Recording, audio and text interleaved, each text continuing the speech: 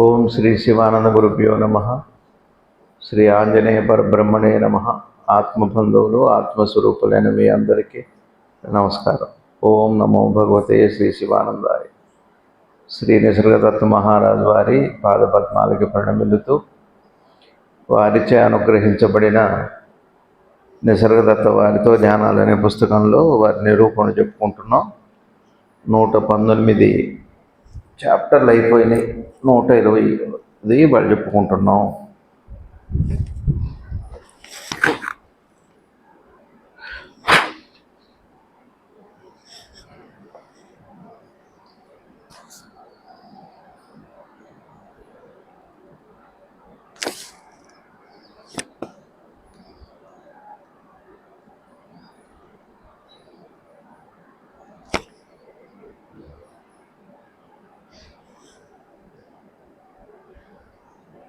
నూట 120వ chapter 275వ page. దేహాత్మ బుద్ధితో కూడి ఉండేది మన ప్రవర్తన ఒక ఆసుపత్రిలో ఉన్న రోగి యొక్క పరిస్థితి వంటిది. జబ్బు ఉన్నంత వరకు అతనికి తనతో అవసరం ఉండను. అతనితో జబ్బు ఉన్నంతకాలము ఒకరు వారిని చాలా జాగ్రత్తగా చూసుకొనవలెను. జబ్బు అనగా సత్వము. నీవు దీన్ని అర్థము చేసుకొనకపోవచ్చును, కానీ దీన్ని అర్థము చేసుకొనడం చాలా ముఖ్యం. దేహతాజాత్మత అనున్నది ఒక జబ్బు వంటిది. అందుకని దానిని గురించి రోజంతయు శ్రద్ధ తీసుకొనవలెను. ఎందులకు అనినా మనల్ని మనము పోగొట్టుకొనుటకు ఇష్టపడము కనుక చైతన్యము తనను తాను సంరక్షించుకొనుటకే దీన్ని అంతటినీ చేయుచున్నది. అయినను కాలక్రమంలో అది పోవలసినట్టిది. ఈ జబ్బు యొక్క అనుభవం పోకూడదు అని నిన్ను నువ్వు చాలా జాగ్రత్తగా కనిపెట్టుకొని ఉందువు. కానీ ఆ అనుభవమే జబ్బు యొక్క అనుభవం కనుక అది ముగిసిపోవు. పరమాత్మ అసలైన నిజస్థితి అది తెలియబడదు. తెలియబడినట్టిది అంటే తెలియబడినట్టి దాన్ని ప్రభావితము చేయలేదు. చాలా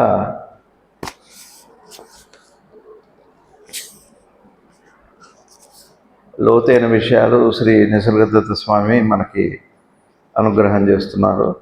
జాగ్రత్తగా విచారణ చేద్దాం. పోయిన వారం మనం చెప్పుకున్నాం, మనకి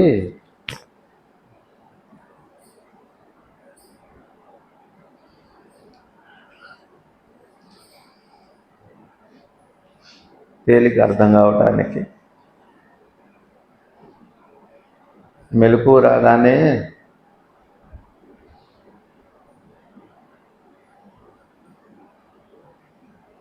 నేనున్నానన్న స్పృహ వస్తుంది.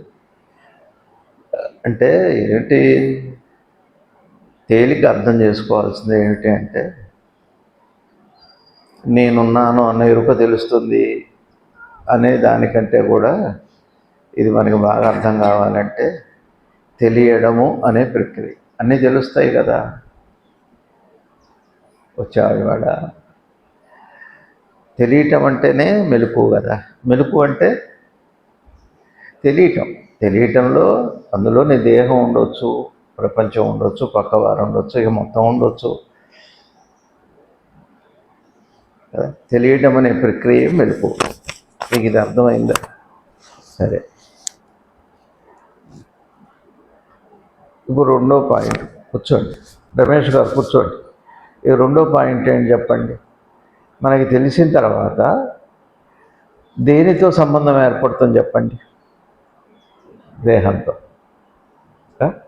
మెలకువ రాగానే దేహంతో సంబంధం ఏర్పడుతుంది. దాన్నే కాస్త ఆధ్యాత్మిక పరిభాషలో నేనున్నాను ఎరుక అంటారు.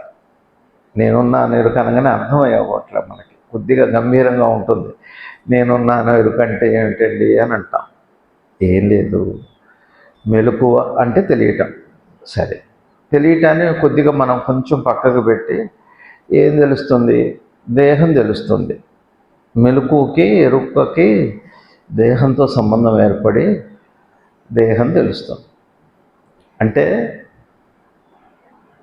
ఇప్పుడు ఏమొస్తాం, నేనన్న భావం ఏర్పడు. మెలకువ అంటే నేనన్న భావం కాదు. నేను లేచానని చెబుతాను కదా, తేలిక అర్థం చేసుకోండి. సరే, మనం లేచాం, పొద్దునంతా పని చేసుకుంటాం, రాత్రి పడుకుంటాం.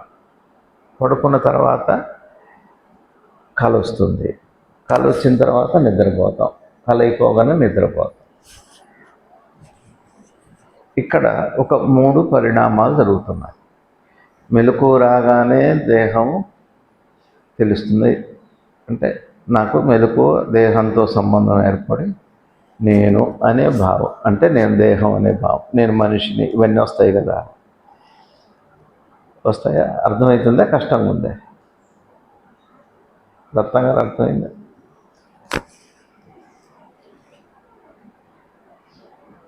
ఇప్పుడు మనకి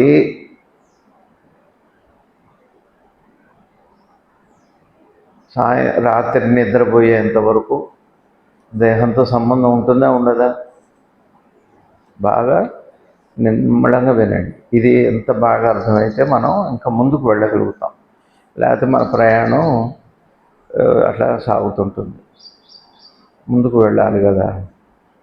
దేహంతో సంబంధం ఎప్పటి వరకు ఉంటుంది? నిద్రపోయేంత వరకు ఉంటుంది. దేహం ఎప్పటి వరకు తెలుస్తుంది? మీకు అర్థమైందిగా. సరే సరే, దేహంతో సంబంధం వచ్చింది, లేవగానే నేను దేహాన్న భావం ఒక క్షణం వస్తుంది, నేనున్నాను స్పృహ అంటాం దాన్ని. పేర్లు మారిపోయి పర్లేదు. కాకపోతే నేను దేహం అనుకోము, నేను పురుషుడు అనుకోము, ఏమనుకో, అవసరాన్ని బట్టి ఒకసారి ఆ స్ఫురణ తప్పితే జనరల్గా దాన్ని భావము అంటాం. ఇంకా అదేంటంటే ఇక ఒకసారి మెలకు వచ్చాక పని చేసుకుంటూ వెళ్ళిపోతాం. ఇక నేనన్న భావం కానీ, నేను దేహం అన్న భావం కానీ, నేను మనిషిని అన్న భావం కానీ, ఇవన్నీ అవసరాన్ని బట్టి వ్యక్తమైతే కానీ బాగా అర్థం చేసుకుంటే ఈ దేహంతో సంబంధం నిద్రపోయేంత వరకు ఉంటుంది కదా. ఈ కళ నిద్రపోయాక కళ వస్తుంది కాదు. కళ రాగానే మీకు దేహంతో సంబంధం ఉంటుందా? ఉంటుందా? చెప్పండి. అవునా? నిజమేనా అది? ఇక దేహం కనపడదు కదండి, కళ్ళలో దేహం కనపడదుగా. మెలకువగా ఉన్నంతసేపు దేహం కనపడుతుంది. నిద్రపోయాక దేహం కనపడదు, దేహం ఉండదు. కానీ కలగంటాంగా, నేను తిరుపతి వెళ్ళొచ్చు, అమెరికా వెళ్ళొచ్చు, పెళ్లి చేసుకోవచ్చు, ఏవేవో చేస్తాం, కానీ దేహం కనపడదు. కానీ మరి పొద్దునంతా దేహం కనపడదు, రాత్రి కల్లో దేహం కనపడదు. దేహంతో సంబంధం ఉందా లేదా? దేహంతో సంబంధం ఉందా లేదా? కనపడకపోతే సంబంధం లేదు. దేహ సంబంధం లేకపోయినా, దేహం కనపడకపోయినా దేహ సంబంధం ఉందా అంటే దేహ సంబంధం భావనగా ఉంటుంది, కానీ దేహంతో సూటిగా సంబంధం ఉండదు. అంతేగా. సరే, ఇప్పుడు కూడా అదే జరుగుతుంటుంది చూడండి. అందుకనే భగవాన్ రమణ మహర్షుల వారు జాగృతం కూడా స్వప్నం ఎందుకు అంటున్నారంటే అదే ప్రక్రియ కదా. ఇప్పుడు మొన్న పోయిన దీనికంటే ముందు చాప్టర్లో 118వ చాప్టర్లో నేనున్నాను స్పృహ వస్తుంది, అదే దైవం అన్నారు. అంటే మెలుపు అని అర్థం, ఎరుక అని అర్థం అయింది కదా. అయితే దేహంతో సంబంధం వచ్చింది, నేను దేహం అనుకుంటున్నాను. ఇప్పుడు మనం ఎవరు అంటాం చెప్పండి? దేహం అనే ఉంది, కానీ అనుకుంటూ ఉండవు. దేహం అన్న భావము అంటే అర్థం ఏమిటి అంటే ఇంకా ఆ స్పృహతో పనిచేయటమే. ఎట్లా ఆ స్పృహతో ఎలా పనిచేస్తాం? దేహం ఉన్న స్మృతి, దాన్ని ఏమంటారు? దేహం ఉన్న సంబంధం ఒకటి, స్మృతి ఒకటి.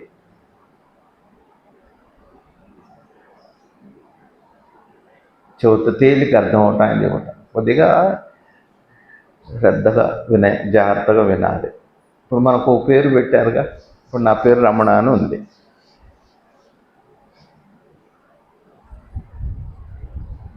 మీకు ఏదో పేరు ఉందనుకోండి, అనిత గారు అనే పేరు ఉందా లేదా? అనుకుంటూనే ఉంటామా? సరే, మీరు అట్లా వెళుతున్నారు, రోడ్డు మీద వెళుతున్నారు, ఎవరో మీ పేరు పెట్టి పిలిచారు, వెంటనే పలుకుతారా? చూడరా వెనక్కి తిరిగి? ఎందువల్ల? ఒకవేళ ఆ స్మృతి లేకపోతే, అది మీరు అన్న స్మృతి లేకపోతే, అది మీరు అన్న భావం లేకపోతే మీరు వెనక్కి తిరిగి చూస్తారా? సపోజ్ మీ పేరుతో పిలవలేదు, మీరైతే చూడరు. మరి మీ పేరుతో పిలవగానే మీరెందుకు పిలిచారు అంటే, స్మృతి అంటే భావము అంటది. అట్లానే మెలకు రాగానే ఎరుక దేహంతో సంబంధం పెట్టుకొని, ఎరుకకి నేను దేహం అన్న భావం ఉంటుంది, కానీ గుర్తుపెట్టుకోక్కర్లేదు. అది సందర్భం వచ్చినప్పుడు మీరు ఎట్లయితే పలుకుతారో, సందర్భం వచ్చినప్పుడు ఒక చీమ బాగుతుంది అనుకోండి, ఎట్లా దులుపుకుంటాం, అట్లా పేరు ఎట్లా స్మృతిలో లేదు. మీ స్మృతిలో మీ పేరు ఉందా లేదా? మీ పేరు ఏంటని అడిగా, లేదా? మీరు అర్థమవుతుందా మీకు? మీ పేరు, మీకు స్మృతి అంటే జ్ఞాపకం ఉందా లేదా? జ్ఞాపకమే ఉందా మీకు? మీ పేరు జాగ్రత్తగా వినండి. ఇప్పుడు మీకు పేరు జ్ఞాపకం ఉందా? మీకు జ్ఞాపకంగా ఉందా? జ్ఞాపకంలో ఉందా? తేడా ఉంది. భాషలో మనకు భాష కూడా బాగా ఇంపార్టెంట్. ఇక్కడ భాష కూడా ముఖ్యమైనదే. మీకు మీ పేరు జ్ఞాపకం ఉందా లేదా? ఉందా లేదా? సిగ్గుపడకండి. ఏదో పెళ్ళి రాగానే మీ పేరు చెప్పండి అంటే ఇట్లా సిగ్గుపడితే ఏం సిగ్గుపడక్కర్లా. భర్తకేమో భార్య పేరు చెప్పిస్తారు, భార్యకేమో ఎట్లా పేరు పెట్టి తర్వాత పిలుస్తారండి, అది వేరే విషయం. కానీ చెబుతున్నాను నేను, మీకు తెలియకుండానే మీకు పేరు జ్ఞాపకం ఉందా లేదా? జ్ఞాపకంగా ఉందా, జ్ఞాపకంలో ఉందా? ఒక్క మాట చెప్పండి, కొద్దిగా డిఫరెన్స్ ఉంది. అట్లానే ఎరుకకి మనకి మెలకు రాగానే దేహము నేనన్న ఒక్కసారి ఒక క్షణం ఏర్పడుతుంది. ఏర్పడేది అలా ఉండిపో, స్మృతి అన్నారు. దాన్ని ఏమన్నారు? మీకు అర్థమైందా? శ్రీదేవి గారన్నా హైదరాబాద్ నుంచి వచ్చారు వింటానికి, వాళ్ళు ఏమో ద్రాక్షారామం నుంచి వచ్చారు. ఎక్కడి నుంచి వచ్చారని కాదు, వాళ్ళ పేరు వాళ్ళ ఊరు మర్చిపోయారనుకోండి, మర్చిపోయారంటే మర్చిపోలేదు, కొన్ని జ్ఞాపకంగా ఉందంటే లేదు. ఇక అది భావము అంటే మీకు అర్థమైందా? అలా ఉండిపోతుంది, నడిపించడానికి అది ఉంటుంది అంతే. ఇప్పుడు మీ కులం ఎప్పుడు అనుకుంటుంటారా? మేము బ్రాహ్మణులము, మేము రాజులము, మేము రెడ్లము అని అనుకోము. ఆ భావం ఒకసారి వచ్చాక అది ఎలా ఉంటుంది, వినియోగంలోకి ఎప్పుడు వస్తాం అవసరాన్ని బట్టి. చెట్టు లేపినట్టే కంప్యూటర్లో అలా. అబ్బా, ఇదేంతో బాధ కాదు. ఈ స్మార్ట్ ఫోన్ ఇప్పుడు ఎట్లుంది? ఇప్పుడు ఇందులో బ్యాటరీ ఉందా లేదా? ఎట తెలుసు మీకు? తెలియదు మీకు. ఇది ఆన్ చేస్తుందా, ఆఫ్ చేస్తుందా? ఇప్పుడు ఒక క్షణమే ఊరికట్ట కదలంగానే డిస్ప్లే అయిపోయింది. మెలకు అంటే అదే. మెలకు అంటే ఇప్పుడు దేంతో సంబంధం పెట్టుకుంది ఆ బ్యాటరీ? స్క్రీన్తో సంబంధం పెట్టుకుంది. స్క్రీన్ అయితే ఇదే క్రీమ్ అయిపోయింది నాకు చాలా. ఇప్పుడు మీకు అర్థమవుతుందా? ఇప్పుడు ఉందా లేదా అంటే తెలియదు. ఇప్పుడు వచ్చింది, సంబంధం వచ్చింది. ఇది ఆ లోపల విద్యుత్తుకి దీంతో సంబంధం వచ్చింది. ఇదే మెలకువ. ఇప్పుడు ఇది సెల్లో, ఇప్పుడు కనపడ చీకట్లో ఉందనుకోండి, రాత్రి చీకటి, కరెంటు పోయింది, ఇది ఎక్కడుందో మీకు తెలియదు. సపోజ్ ఒకవేళ ఇది వెలిగితే అదో అట్లాంటిదే. సరే, ఇది బాగా ఇవాళ నేను చెప్పేది బాగా ఇంపార్టెంట్. జ్ఞానానికి, సాధనకి బాగా ఇంపార్టెంట్. మనకి మెలకు రాగానే, మెలకు అంటే తెలుసు, మీకు తెలియటమే మెలకు అని అన్నాం కదా. తెలియటానికి దేహం తెలుస్తుంది, సంబంధం ఏర్పడుతుంది. ఏర్పడాక నేను మనిషినను, ఇక అది ఒకసారి భావం ఏర్పడ్డాక చచ్చేంత వరకు జన్మ జన్మలుగా మళ్ళా నేను దేహం కాదని తెలుసుకునేంత వరకు దేహం అనే భావం అంటారు. జ్ఞాపకంగా ఉన్నదే భావం. జ్ఞాపకంగా ఉంటుంది, జ్ఞాపకంలో ఉంటుంది, జ్ఞాపకంగా ఉండదు, జ్ఞాపకమే ఉంటుంది కదా. ఇప్పుడు మీరు అందరూ వింటున్నారుగా, ఆడవాళ్ళు అనగానే మీరు ఆడవాళ్ళుగా మీకు గుర్తొచ్చింది. నేను ఆడ, స్త్రీ ఎవరు అనుకోరు. తల్లి అనుకోదు, ఎప్పుడు పిల్ల అనుకోదు. అదే దౌర్భాగ్యం మనకి. ముసలాడు కూడా వయసులాంటి ఫీల్ అవుతాం. అనుకుంటే గుర్తు చూసుకుంటే కానీ తెలియదు, లేచి నడిస్తే కానీ తెలియదు. అట్లాంటిదే జ్ఞాపకము, జ్ఞాపకంగా ఉండటము. ఇది మీకు బహుశా నీకు అర్థమైంది అమ్మాయి. ఏ మాస్టర్, ఎరుకకి శుద్ధ ఎరుక. మెలకు ఎవరిది? అందరిది మెలకువే. మెలకు అందరిది ఒకలానే ఉంది. మెలకు అందరికీ ఒకలానే ఉంది. మెలకు వచ్చాక ఆ మెలకు దేహంతో కలుస్తుంది. అప్పుడు నేను స్త్రీనో పురుషుడో ఏదో ఎవరిని ఆ జ్ఞాపకం ఒకసారి వస్తుంది, కానీ అది నేను దేహము అనే భావం ఏర్పడుతుంది. జ్ఞాపకంగా ఉండిపోతుంది లోపల. చిత్తము అంటారు దాన్ని. అయిపోయింది కదా. ఇది ఎంతసేపు ఉంటుంది చెప్పండి ఈ భావం? ఎరుక అయితే రావాలి, ఎరుక దేహంగా మారుతుంది. ఆ జ్ఞాపకం ఎంతసేపు ఉంటుంది? కానీ మీరు చూడరు దాన్ని. చూడవసరం కూడా లేదు. ఇంకా చూడవసరం లేదు, చూడట్లేదు మనం. ఇదే ఈ వేదాంతానికి చాలా ముఖ్యమైనది. అయిందా? సరే, మీరు నిద్రపోయారుగా, మీకు కళ వచ్చింది కదా. కల్లో కూడా కొనసాగుతుంటుంది. కళలో కూడా ఈ భావమే కొనసాగుతుంది. జ్ఞాపకం, అదే జ్ఞాపకం కల్లో కూడా కొనసాగుతుంది. కల్లో కూడా మీరు ఎటో వెళ్తున్నారు, ఎవరో పేరు పెట్టి పిలిచారు. అప్పుడు దేహం ఉందా కల్లో? దేహం లేదు. దేహభావం అయితే అట్లా నిక్షిప్తమై ఉంది, నిగూఢంగా ఉంది.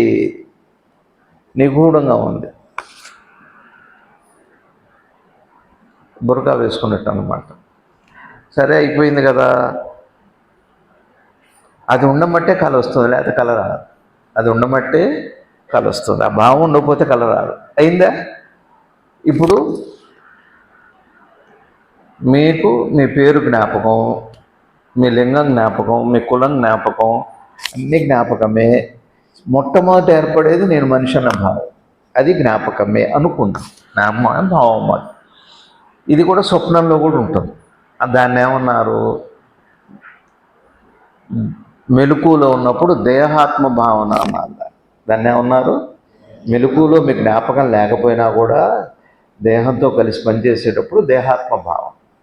మీరు నిద్రపోతున్నప్పుడు దేహం లేకపోయినా కూడా ఆ జ్ఞాపకంతో ఎరుక పనిచేసేటప్పుడు దానికి దేహ భావన అని పేరు. దేహ భావన అంటే దేహం ఉండక్కర్లా, భావం ఉంటే చాలు. ఎట్లా? ఇప్పుడు బాల అన్నాను నేను. బాల అన్న భావం ఉంటే చాలు. బాల అని ప్రత్యేకం అనుకోకర్లే.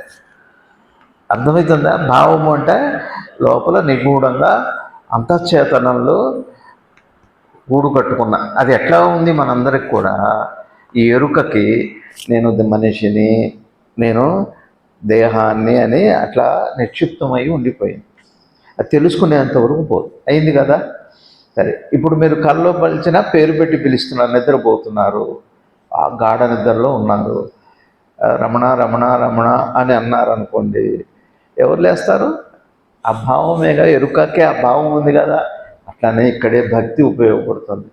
శివ అన్నాను అనుకోండి, ఈ విశ్వమంతా వ్యాపించిన నామం ఏదైతే ఉందో, రాజరాజేశ్వరి, బాలత్రిపుర సుందరి, దుర్గమ్మ, పార్వతి అమ్మ, లక్ష్మీ అమ్మ, హనుమ, రామ, కృష్ణ, ఇవన్నీ కూడా ఆ విశ్వ చైతన్యం ఒక్కసారి మీరు అటు స్మరణ చేయగానే ఒక్కసారి చూస్తుంది మీ వైపు. దాన్నే భక్తి అంటారు, అదే నామం అంటారు. సరే, అయిపోయింది. మీకు ఎట్లా పేరు ఎట్లా ఉందో ఇది భగవాన్ చెబుతారు. సరే, ఇప్పుడు మన సబ్జెక్టు దేహాత్మ భావన అంటే జాగృతంలో దేహంతో కలిపి ఉంటుంది, కానీ నిగూఢంగానే ఉంటుంది. అందుకని తేప మనకి మనిషిని అనుకో, నిగూఢంగానే ఉంటుంది. కానీ నిగూఢంలో ఉంది అని మనకు ఎలా తెలుస్తుంది అంటే, స్వప్నంలో దేహం లేకపోయినా ఉంది కాబట్టి తెలుస్తుంది. అదే ప్రమాణం. మనకి దేహభావన ఉంది అంటే, మీకు దేహభావన అంటే అర్థమైందా? ఎరుకకి దేహం లేకపోయినా కూడా దేహము నేను అన్న భావన ఏర్పడింది, అటు జ్ఞాపకంగా ఉంది. ఇప్పుడు మీకు ఒక పేరుందా? వాణిగారు అనే పేరుంది. చిన్నప్పుడు మిమ్మల్ని ఏం చేశారంటే బుజ్జి అని పిలిచారు. ఏం చేశారు? ఇంట్లో బుజ్జి బుజ్జి అని పిలుస్తారు. ఇళ్ళల్లో ఆడపిల్లల్ని బుజ్జి అంటారు, మగపిల్లలు అయితే బుడ్డిగా అంటారు. ఇది అందరికి కామన్ నేమ్. అది ఏవో పేరు ఉంటుంది. సరే పెద్ద అయిన తర్వాత ఇంకా బుజ్జి ఏంటి బుజ్జి ఏంటి అనే కోపాలు వస్తాయి కాబట్టి ఇక పేరు పెట్టే పిలుస్తారేమ్మా వాడమ్మా బాగున్నావా నీ పేరు పోయి మిమ్మల్ని రిజిస్టర్లో బుజ్జి అని రాసుకుంటారా ఏంటి? పెళ్ళి అయితే నీ పేరు ఏంటంటే బుజ్జి అని చెప్పరు, మీ పేరు ఏదో చెబుతారు. అయినా ఎప్పుడో మీరు అలా గ్రూపులో వెళ్తుంటే బుజ్జి అని పిలిచారు అనగా ఒకసారి వెనక్కి తిరిగి చూస్తారు. ఒకప్పుడు నిశ్చితమై ఉంది అది. ఇప్పుడు వాడుకలో లేకపోవచ్చు. వాడుకలో లేకపోయినా, వినియోగంలో లేకపోయినా మీ బుద్ధిలో ఉందిగా. అట్లా మనకు ఎలా పడిపోయిందంటే ఎరుక శుద్ధమై అయినా నేను మనిషిని పడిపోయింది. అసలు దైవమే అది. దైవం అనుకోక్కర్లేదు కానీ దైవమే. కానీ నేను మనిషిని, నా పేరు రమణ, నాది కులం, నా మా పేదవాడిని, ఉన్నవాడిని, జబ్బు గిబ్బు అంటే ఇప్పుడు మీ పేర్లు ఎలా అయితే వినియోగంలో ఉన్న పేరే కాక అప్పటికే మీకు ఎప్పుడో ఉన్న పేరు కూడా వస్తుంది, గుర్తురా. అది ఒకసారి తిరిగి చూస్తారు కాదా? మీకు అర్థమైందో అర్థం కాలేదు. అర్థమైతే బాగా. ఇప్పుడు దేహభావన అంటే అది. మీ ముద్దు పేరు కూడా ముద్దు పేరు లాంటిది. దేహభావన అంటే ఆ పేరు ఇప్పుడు లేదు వినియోగంలో. అట్లానే దేహమే లేదు ఇప్పుడు. కానీ దేహం నేనని పొద్దున ఏర్పడింది, అది కల్లో కూడా కొనసాగుతుంది. అయిందా? నిద్రలో కూడా కొనసాగుతాం. అందుకని లేపితే పలుకుతాం. సరే కొనసాగనివ్వండి, అది ముద్ర. దాన్ని ముద్ర అంటారు. శ్రీ జిడ్డు కృష్ణమూర్తి గారు ఇంప్రెషన్స్ అంటారు. దాన్నే మన వేదాంతంలో వాసన అంటారు. వాసనలు టెండెన్సీస్ అంటారు ఇంగ్లీష్లో. మీకు అర్థమవుతుందా? సరే అయింది కదా. సరే ఇప్పుడు మనం నేను ఎరుకనే అయినా, శుద్ధ ఎరుకనే అయినా దేహంతో ఒక తాజాత్మ్యత ఏర్పడి నేను మనిషిని అన్న భావం ఎరుకకు వచ్చేసింది. ఇంకా మనం అర్థం చేసుకునేంత వరకు పోదు. ఎట్లా అర్థం చేసుకుంటాం అంటే ఇప్పుడు ఈ ప్రయత్నం అంతా అదే. ఈ వేదాంత చర్చ కానీ ఈ ప్రయాణం అంతా సరే అయింది. ఇది పోయినసారి చెప్పుకున్నాం. నేనున్న స్పృహ మనకు ఎందుకు లేదు, ఎందుకు అక్కర్లేదు అంటే అక్కర్లేదు. ఒకసారి మీకు అది అయిపోయాక ఇప్పుడు అందాక చూడండి, పెళ్ళి అవుతుంది, నా భర్త నా భార్య అనుకున్నాక ముద్ర పడ్డాక ఎక్కువ చూడండి. ఇక నా అని మీకు ఎవరన్నా మీ పిల్లలైనా సరే, చంటి పిల్లలే, వాళ్ళకి మీరు ఒక వస్తువు ఇవ్వండి, 2-3 పిల్లలు ఉన్నా, ఇవి ఇది నీదిరా అని అన్నాక పోతుందేమో చూడండి, ఎంత ఫైటింగ్ అయిపోతుందో. అది ఒక్కసారి జ్ఞాపకం ఉండక్కర్లేక నాదే నేను అని పడ్డ తర్వాత ఈ దేహంతో నేనుకి నాదితో సంబంధం. నాదేంటి? దేహము. నేను రమణని, నాది ఈ దేహము. ఈ నేనుకి నాదితో సంబంధం ఏర్పడ్డాక సంబంధం ఎట్లాంటిదంటే ఫెవిక్విక్ లాంటిది, ఫెవికాల్ లాంటిది. మళ్ళీ పరమాత్మ కాల్ చేస్తే తప్పితే అది పోదు. జ్ఞానం రావాలి. మాస్టర్ మీకు అర్థమవుతుందా? మీకు అర్థమవుతుందా? మిమ్మల్ని అర్థమైంది. ఇవాళ అర్థమైందా? భావం అంటే అర్థమైందా? భావము అంటే నిగూఢంగా నిక్షిప్తమైన ఒక జ్ఞాపకం అన్నాం. ఏం తప్పే కా.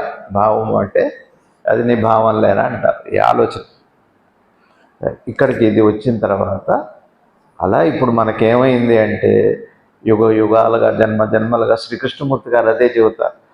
ఈ మేధస్సులో ఈ బుద్ధిలో నేను మనిషిని పడిపోయింది. అందుకని పోవట్ల.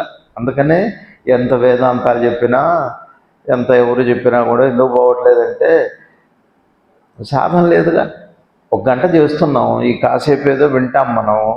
అవతల వెళ్ళాక మళ్ళీ మన దేహం, మన powder, enter, snow, Kashmir snow లేదు ఇప్పుడు, పాండ్స్ అవి లేవు, ఏదో ఫెయిర్ అండ్ లవ్లీ ఇంటి ఇవే గొడవలు, పిల్ల మనవలు మనవరాళ్ళు బంధాలు. ఇది అందుకనే సద్గురు దేవుడు, సద్గురు శివానంద భగవానులు వారు ఏం చెబుతున్నారంటే ధ్యానం కోసం చేస్తున్నాం కానీ ధ్యాస ఉండట్లేదు అంటున్నారు. మీరు ధ్యాస చేయండి, 1 క్షణం చాలంటున్నారు. ధ్యాస చాలా గొప్పదంటారు. ధ్యాస అంటే అర్థం ఏంటి అంటే అద్భుతమైన విషయం అండి. ధ్యానం అంటేనేమో మీ మనసుని ఏకాగ్రం చేసి ఒక ప్రయత్నంతో చేసేది ధ్యానం. ధ్యాస అంటేనేమో ఇందాక నేను అమ్మాయిని, నేను అబ్బాయిని. ఇప్పుడు మీరు అమ్మాయిలా, ఆడవాళ్ళ, మగవాళ్ళ? మీరందరూ ఆడవాళ్ళ, మగవాళ్ళ? మీరండి? మొహమాట పడకండి.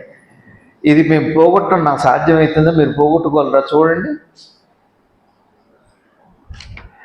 ఈ స్థానంలో ఇప్పుడు నేను ఆడవాళ్ళనన్న స్థానంలో ధ్యాసలో ధ్యానం చేసి పోగొట్టుకోలేరు. మీరు మీ పూర్వపు ఎరుకని గమనించి గ్రహిస్తే పోతుంది, అప్పటిదాకా పోదండి. సరే, ఈ దేహం ఉన్నంత వరకు ఈ ధ్యాస ఉంటుంది. మళ్ళీ పురుష దేహం వస్తే పురుషుడు, ఏ పేరు వస్తే ఆ పేరు, ఏది ఉంటో దానికి మీరు అటాచ్ అయిపోతారంతే. ఇప్పుడు మనం ఆట ఆడుకుంటున్నాం అనుకోండి, కాసేపు మీ అందరి పేర్లు మారుస్తా అనుకోండి, ఆట కాసేపు ఆ పేరుకి మీరు మర్చిపోగొట్టడానికి కుదరదు. కానీ చాలా కాలం తర్వాత కూడా నేను ఆడేటప్పుడు నాకు ఆట ఆ పేరు పెట్టారంటారు, వచ్చా. కానీ వినియోగంలో ఉంటేనేమో వాసన అవుతుంది, తాత్కాలికమైతేనేమో జ్ఞాపకం అవుతుంది. అంతే, వాసనకి జ్ఞాపకానికి బలపడితే వాసన అయిపోతుంది. టెండెన్సీ అంటారు దాన్ని, టెండెన్సీ. ఎండుకట్టి ఏమవుతుంది? ఇరుగుతుంది, అది టెండెన్సీ అంటారు. ముదిరిపోయాం బాగా. ఇప్పుడు మీరు ఆడవాళ్ళు అని పడిందండి, మీకు నేను ఎంత చెబితే పోతుంది చెప్పండి. మీరు మగవాళ్ళేనండి, మీరు ఒకవేళ ఒప్పుకున్నా కానీ మీరు ఒప్పుకోరు. మీరు పురుషుడే, మీరు స్త్రీనే. ఎందుకంటే దేహం స్త్రీయే అంటాడు. ఒకసారి మీరాబాయి చరిత్రలో అలా జరుగుతుంది. ఆయన ఒక మహాభావుడి దగ్గరికి వెళ్ళి వారిని చూడాలని వెళ్ళారట. ఆవిడ వెళ్తే కబురు చేస్తే నేను ఆడవాళ్ళని చూడడం అన్నారట. సరే అట్లానేలేండి, పరమాత్మ కృష్ణుడు కాక మగవాళ్ళు అంటూ ఉన్నారా, ఒక మాట చెప్పండి వారికి అన్నా. ఇచ్చారు. మనందరి దేహాలన్నీ స్త్రీలే, లోపల ఉన్న ఎరుకే పురుషుడు. అంటే పురుషుడికి ఆలోచన స్త్రీ, ఈ రెండే. సరే, ఇప్పుడు మీరు ఒప్పుకున్నారా? మీకు తేలిగ్గా చెబుతా. ఇప్పుడు మీరు ఆడవాళ్ళండి, అవునా కాదా? ఎప్పటి నుంచి తెలిసింది మీకు? తెలిసినప్పటి నుంచి ముద్ర పడిపోయింది. ఈ ముద్ర పోతుందా? పోకల్లా. మీరు ఎరుకనని తెలుసుకోండి. మీరు స్త్రీగా ఉండక్కర్లేదు, పురుషుడుగాను మారక్కర్లేదు. ఇప్పుడు మీరు అర్జెంటుగా పురుషుడిని అనుకోక్కర్లేదు. నేను స్త్రీని కాదు, నేను మగవాణ్ణి కాదు, నాది లింగం కాదు, నేను పురుషోత్తముడిని, నేను పురుషుణ్ణి అనే భావం ఎరుకనే అని వస్తే మీరు బయటపడ్డట్టే. అది అంత తేలిగ్గా పోతుందా ముద్ర? అది భావం అంటే. నీకు అర్థమవుతుందా? నువ్వు చిన్నపిల్లవా పెద్ద పిల్లవా చెప్పు? చిన్నపిల్లే కదా, అది భావం. అది ఇప్పుడు ఉంది కదా, అంతే ఉంటుంది. ఇప్పుడు నేను ముసలాన్న భావం ఉందనుకోండి, ఈ భావం అంతే. ఈ ఎరుకతోనే పనిచేస్తా. కానీ ఎరుక ముసలిది కాదు, చిన్నది కాదు. ఆ అమ్మాయికి ఎంత ఉందో నాకు అంతే ఉంది, నాకెంత ఉందో గురువు గారికి అంతే ఉంది. ఎరుక గురువు గారికి ఎంత ఉందో పరమశివుడు కూడా అదే ఉంది. భగవాన్ అదే చెబుతారు, ఎరుక అందరికీ ఒకటే అన్న. ఎరుక ఈ దేహాన్ని బట్టి చెబుతుండ్రు. నా నడి వయసులు, వీళ్ళు ముసలివాళ్ళు, వీళ్ళు శైవులు, శేషవు ఏమో చెబుతారు. అది యువతలది. అది కానీ అది యువతలది ఊరుకుంటుందా అంటే, ఇప్పుడు మీరు ఏం చెప్పండి, ఆడవాళ్ళ మగవాళ్ళ? ఇది దేనికి పెట్టారు చెప్పండి? మీకు అప్లికేషన్ ఇస్తారు, మీ జెండర్ రాయండి అంటారు, మేలా ఫీమేలా, సెక్స్ రాయండి అంటారు, మేలో ఫీమేలో. అప్లికేషన్ అందరికి కామన్గా ఉంటుంది. ఆ బాక్స్లో మాత్రం మేలో ఫీమేలో అని రాస్తారు. మీకు ఏ భావం ఉందో అది రాస్తారు. అది మీరు దేని బట్టి చెబుతున్నారు? పక్క వాళ్ళని చూసి రాస్తారా మీరు? మీ పక్కన ఆడవాళ్ళు ఉన్నారు, అమ్మ కూడా ఆడదే కాబట్టి నేను అది ఉంది కదా మీకు. ఇది పోయి నేను ఎరుకును అని వస్తే అబ్బా, అది జ్ఞానం. ఈ దీనికోసమే ఈ నిసర్గదత్త మహారాజు, భగవాన్ రమణహర మహర్షులు వారు, సద్గురు శివానంద భగవాన్ వారు తిరిగి మనతో తిరిగి చెబుతున్నారు. కానీ ఇగో మరి తీయగా ఉందిగా, చాలా తీయగా ఉంది. ఇది అదిగా చెబుతున్నారు, ఇవాళ కథకి చెబుతున్నారు. అది ఎప్పుడు ఇది 120వ చాప్టర్. ఇది మొన్న చెప్పుకుంది, ఇప్పుడు చెప్పేది ఇదే భావం అంటే. ఇప్పుడు వినియోగంలో 120 ఉన్నా 119 అయితే పోదు.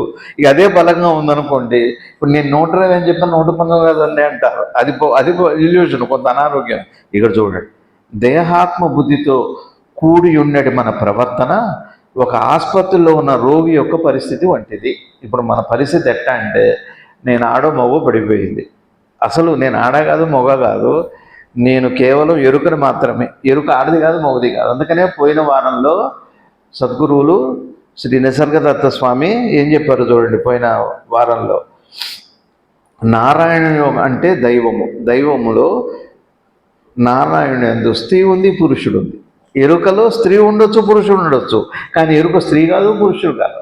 ఇప్పుడు మీ ఎరుక ఉందనుకోండి, మీ ఎరుక స్త్రీ కాదు, పురుషుడు కాదు, కానీ మీ ఎరుకలు ఈ దేహం వల్లే చెబుతున్నారు మీరు. నేను స్త్రీనండి, సిగ్గుపడిపోతాను. దీంతో అలవాటైంది. సిగ్గు కూడా ఎప్పుడు అలవాటైంది?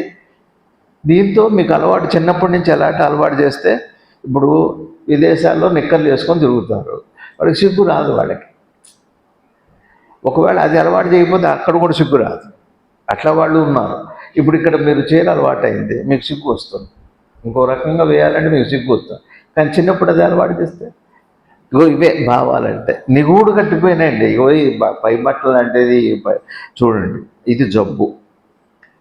సద్గురు భగవాన్ రమణ మహర్షులు వారు అన్నారు, అసలు మందులు వాడుతున్నాం, అల్లోపతి, ఆయుర్వేదం, హోమియోపతి, యునాని, ఏవేవో వాడుతున్నాం.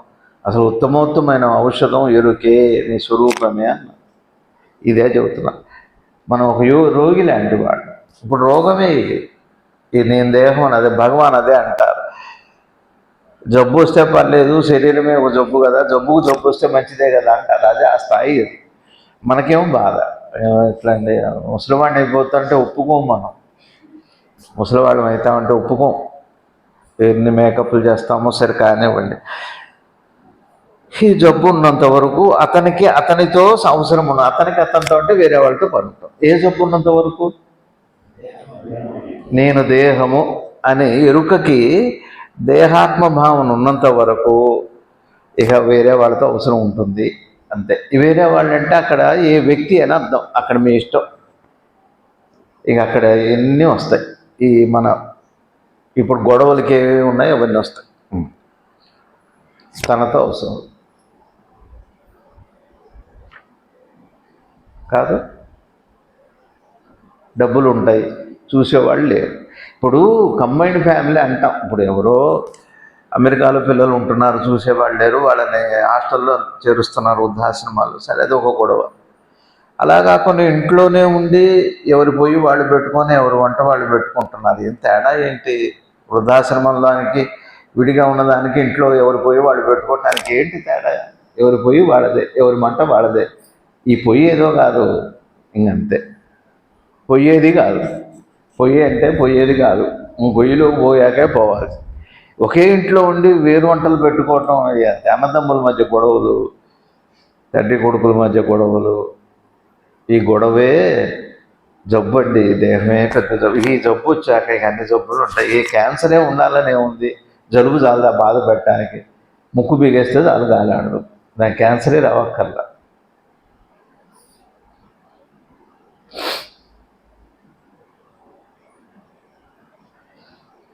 ఇతరులతో అవసరం ఎంతకాలం ఉంటుంది అంటే చెప్పడానికో, నేర్చుకోవడానికో, చివరికి జ్ఞానానికైనా సరే. అక్కడ దైవం, అక్కడ గురువు అనుకోగానే దేహం అనుకుంటాం. ఈ దేహం జబ్బు అయితే పచ్చగామెల వాడికి లోకం అంతా పచ్చని. మనకి దేహభావన ఉందిగా, గురువు కూడా వాడంతే. వాడు దేహం కాకుండా కొడుకాడు. అందుకనే మీరు ఎందుకు ఆయనకి పూజలు చేస్తారు, దండం ఎందుకు పెడతారు? దండం ఎందుకు పెట్టలేం? కాళ్ళకంటే అదే కాదు, దేహభావన వల్ల జబ్బు అండి అది. వైరస్ నిజంగా లేదు, జ్ఞాపకంగానే ఉంది. మీ లింగం మీ జ్ఞాపకమే, మీ రూపం మీ జ్ఞాపకమే, మీ దేహం కూడా మీ జ్ఞాపకమే. దేహాత్మ భావన ఒక జ్ఞాపకం. ఈ జ్ఞాపకం ఎక్కడి దాకా కొనసాగుతుంది? స్వప్నం దాకా కొనసాగుతుంది. అక్కడ దేహం ఉండదు కానీ జ్ఞాపకం కొనసాగుతుంది. అది ఎక్కడి దాకా కొనసాగుతుంది? నిద్ర దాకా కొనసాగుతుంది. నిద్రలో కూడా లేపితే లేస్తాం. నాకు పూర్వ అనుభవం ఉంది, అది ఇప్పుడు అవసరం కాదు. కానీ నిద్ర దాకా, నిద్ర చనిపోయాక కూడా, మళ్ళా దేహం వచ్చాక కూడా, ఇది మళ్ళా గురువు అనుగ్రహం కలిగి నువ్వు ఎరుకురా, నువ్వు దేహానివి కాదు, స్త్రీవి కాదు, పురుషుడివి కాదు, నీకు జబ్బు లేదు, ఆరోగ్యం లేదు, నీకు ఏ ఇతరము లేదు, ఏ ఇతరమే నీకు లేదు, పరేతర పదార్థమే లేదు, నువ్వు పరావస్తువి అని చెప్పేదాకా ఈ జబ్బు పోదండి. ఇప్పుడు మన జబ్బు ఎక్కడ దాకా ఉంది? కల్లో కూడా ఉంది. కళ్ళ దాకా ఉందంటే నిద్రలో కూడా ఆ పేరుతో బలవట్లా, లేవట్లా, ఉందనా లేదనా? అంత కాన్షియస్ లోపల ఈ ముద్ర ఎంత దాకా పోయిందంటే నేను దేహం అని నిద్రలో సబ్ కాన్షియస్ ఆ చిత్తంలోకి వెళ్ళిపోయాడు. అందుకనే 10 రోజులు పిండాలు పెట్టి మంత్రాలు చదివి ఆ బంధం నీకు ఎవరు లేరు అని అదే చెబుతారు మన పెద్దలు. ఎవరో పిండాలు ఎందుకు పెడతారు ఈ 11 రోజులు అంటే వాళ్ళకి మనతో బంధం ఉంటుందట, ఆకలి తప్పులు ఉంటాయి. గురువుగారు ఇంకా బాగా చెప్పారు, ఈ 11 రోజులు మనతో నా వాళ్ళు తిరుగుతుంటారట. నీ వాళ్ళు కాదని దాన్ని తెంపేస్తారు. ఎవరు లేరు నీ వాళ్ళు, ఇక్కడ అసలు ఉన్నప్పుడే లేరు, పిచ్చివాడు చచ్చేది తిరుగుతున్నారు వెంట ఉన్నది కట్ చేస్తా. మనకల్లా కట్టింగే అలవాటు, బతికుండగానే వేరుపోయి పెట్టుకుంటున్న వాళ్ళం. నాకు చాలా బాధ వేస్తుందండి. అత్తగారులు ఎవరు ఉత్తమురాలు, మామగారులు ఎవరు ఆరోగ్యం బాగాలేదు, వేరుపోయి ఏంటండి దాని దుంపదేగా దరిద్రం కాకపోతే. ఇంకా వేదాంతం విని ఇక్కడ వింటాం, ఇంటికి వెళ్ళి వేరుపోయి పెట్టుకున్న వాళ్ళు ఇంకా జ్ఞానం అయితే ఎప్పటికీ రాదని. అంటే కొన్ని చెప్పకూడదు, ఇక్కడ చెబితే బాధపడతారు, మీరు ఏదో మనసులో పెట్టుకొని చెబుతున్నారు.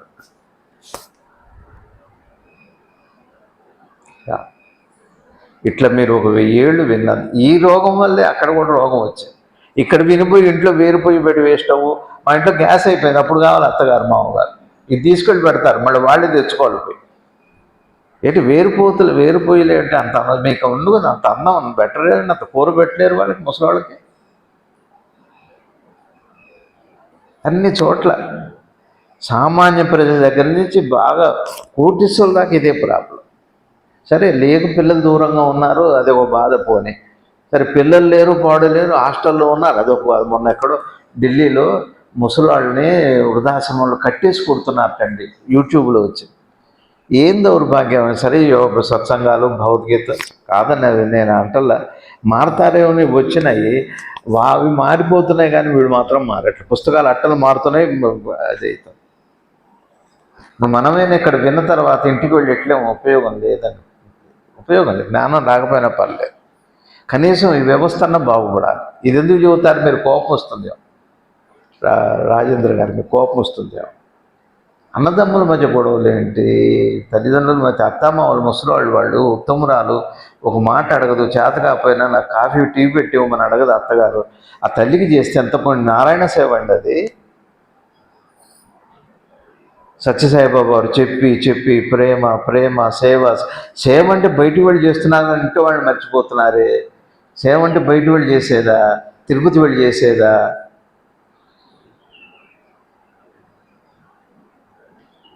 ఏమిటి జ్ఞానాలు, ఎందుకు ఇవి? ఏం చెయ్య?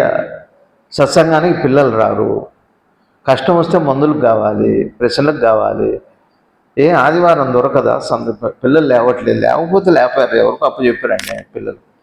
పెద్ద అయ్యాక పోవట్లే పిల్లలు, ఏ బంధాలు పోవట్లేదు. పోయినాయా 70 ఏళ్ళు 80 ఏళ్ళు వస్తే కూడా పుట్టింటితో సంబంధాలే. ఏ సంబంధాలు ఏమిటో తెలియదు. అసలు నీతో నీకు ఏర్పడి సంబంధం, నీ దేహ సంబంధం జన్మలా పోవట్ల. ఈ మనుషులతో ఎప్పటికి పోవాలి? సరైన సంబంధాలు ఉంటే కనీసం ప్రేమన్నా పుట్టి దాంట్లన్నా కరుగుతుందని చెప్పారు పెద్దలు మహనీయులు. ప్రేమతో కూడా కరిగించుకోవచ్చు అంటున్నారు ఈ భావాన్ని. ప్రేమతో కూడా నీ దేహాత్మ భావాన్ని కరిగించుకోవచ్చు అంటున్నారు. అది ఒక పద్ధతి పెట్టారు సృష్టిలో. సద్గురుదేవులు చెప్పారు, నీకు నీ అమ్మ నాన్న చచ్చిపోయాక ఈ మంత్రాలు చదివి 10 రోజులు ఎట్లా ఉంటా, నీకెవరు లేరు ఇక్కడ, నీకెవరు లేరు, ముందు వెళ్ళడం కట్ చేయడానికి. గురువుగారు ఏం చెప్పారంటే ఆకలి దప్పులతో అల్లాడతారంటే పాపం వాళ్ళు. ఆకలి దప్పులు లేకుండా చేస్తారు ఈ మంత్రాలు. అంటే నమ్మితే నమ్మారు, లేకపోతే అది వేరే విషయం. వాళ్ళకి ఆకలితో అల్లాడుతుంటారు 10 రోజులు. దేహభావం ఉందిగా, నిద్రలో ఆకలి ఎందుకు అయింది చెప్పండి? కల్లో దేహభావం జ్ఞాపకం కాదు. దేహం లేకపోయినా ఆకలి ఎందుకు అయింది మీకు?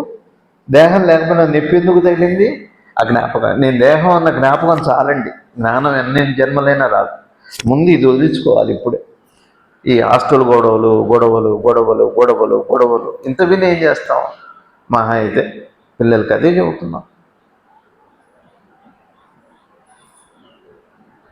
నీకు ఒక బాధ్యత ఏర్పడ్డ తర్వాత, అందుకనే పురాణాలు ప్రవచనాలు పెద్దలు చెబుతున్నారు, కానీ ఏమో వినాలి మనం. ఇతరులతో మనకు ఎంతకాలం అవసరం ఉంటుంది చెప్పండి? ఇతరము అంటే చివరికి దేహాత్మ భావన పోయేంత వరకు దేవతారాధన కూడా, జపాలు కూడా అప్పటిదాకా అవసరం. దేవతారాధనలు, జపాలు, ఉపాసనలు, అనుష్ఠానాలు, క్షేత్రాలు, దర్శనాలు, ఇవి కూడా ఎప్పటి వరకు అంటే ఈ జబ్బు పోయేంత వరకు. ఈ జబ్బు పోయిన తర్వాత అందుకని భగవాన్ చెప్పారు, పూజ చేసేవాడు కూడా దేవుడని తెలుసుకో, చాలా అట్ట చేయి విగ్రహాలను చేయొద్దని చెప్పలేదు. ఇందా చెప్పాక మీ పేరుతో మీరు పలికినప్పుడు ఆయన పేరుతో ఆయన పలకడండి. ఆయన పేరు నీకు పెట్టారు, ఆయన పేరుకు నీకు పెట్టినా నిన్ను పిలిస్తే కూడా ఆయనే పలుకుతాడు. అది పరమాత్మ లక్షణం. అసలు మీ పేరుతో పిలిస్తే మీరు పలకపోవచ్చు, కానీ ఆయన పలుకుతాడు. ఎందుకు ఏంటో పిలిచారు పరమాత్మ. అందుకని ఆ పేర్లు పెట్టుకోవట్లే, ఏంటో కొత్త కొత్త పేర్లండి మరి. సరే కానీ ఒకరు వారిని జాగ్రత్తగా చూసుకోని వాళ్ళు ఎవరు కూడా చూసుకోవాలి మనం కాదా, లేకపోతే చూసుకోవాలిగా. మనం ఆ లక్ష్మికి చేత కాలేదు, ఇప్పుడు అయినా వంట చేయాల్సి వచ్చి నేనే చేయలేదు, ఏం చేస్తా. నీవు దీన్ని అదే హాస్టల్లో ఎవరు ఎక్కడ చూడండి ఎవరు ఉన్నాయి వృద్ధాశ్రమాలు చేస్తాం. సరే నువ్వు దీన్ని అర్థం చేసుకోలేకపోవచ్చు, కానీ దీన్ని అర్థం చేసుకోండి చాలా ముఖ్యం. నీకు అర్థం కాకపోయినా కానీ దీని ప్రాముఖ్యత ఉందని చెబుతున్నారు. చూడండి మీరు బాధ పాపం, మీరు వింటలేదు దయచేసి. అర్థం కాకపోయినా పర్లేదు, కానీ అర్థం చేసుకోవాల్సిన ప్రాముఖ్యత ఉంది అంటారు. మీకు అర్థమయ్యి వాళ్ళు మీకు బాగా అర్థమై ఉండాలి. ఇప్పుడు మీరు ఆడవాళ్ళు అన్న పడ్డ భావన, మన మగవాళ్ళు అన్న పడ్డ భావన, నేను మనిషిని అన్న భావన, మగవాడిని ఆడవాళ్ళని వదిలిపెట్టండి నేను మనిషిని అన్న భావన ఎప్పటికి పోవాలండి? ఈ జబ్బు ఏ మందు పడితే పోతుందండి? ఏమంటే క్రోసిన్ వేసుకుంటే పోతుందా? బ్రూఫిన్ వేసుకుంటే పోతుందా? పైపెచ్చి ఇంకా పెరుగుతుంది. ఈ జపాలు తపాలు కూడా అందుకు అర్థమైతేనే దేహ తాజాత్మ అన్నది ఒక జబ్బు.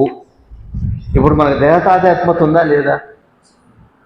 తాజాత్మత అంటే బాగా గుర్తుపెట్టుకోండి. ఇప్పుడు మీరు కూర్చున్నారు కదా, ఇప్పుడు నా మాట వింటున్నారు కదా, కూర్చోన్నారా లేచున్నాను స్పృహ ఉందా మీకు? లేదు. చెప్పకండి అట్లా, తల ఊపకండి. ఊరికే గుట్టిగా తల ఊపుటంట. ఎలాంటి అటెన్షన్ ఉండాలి.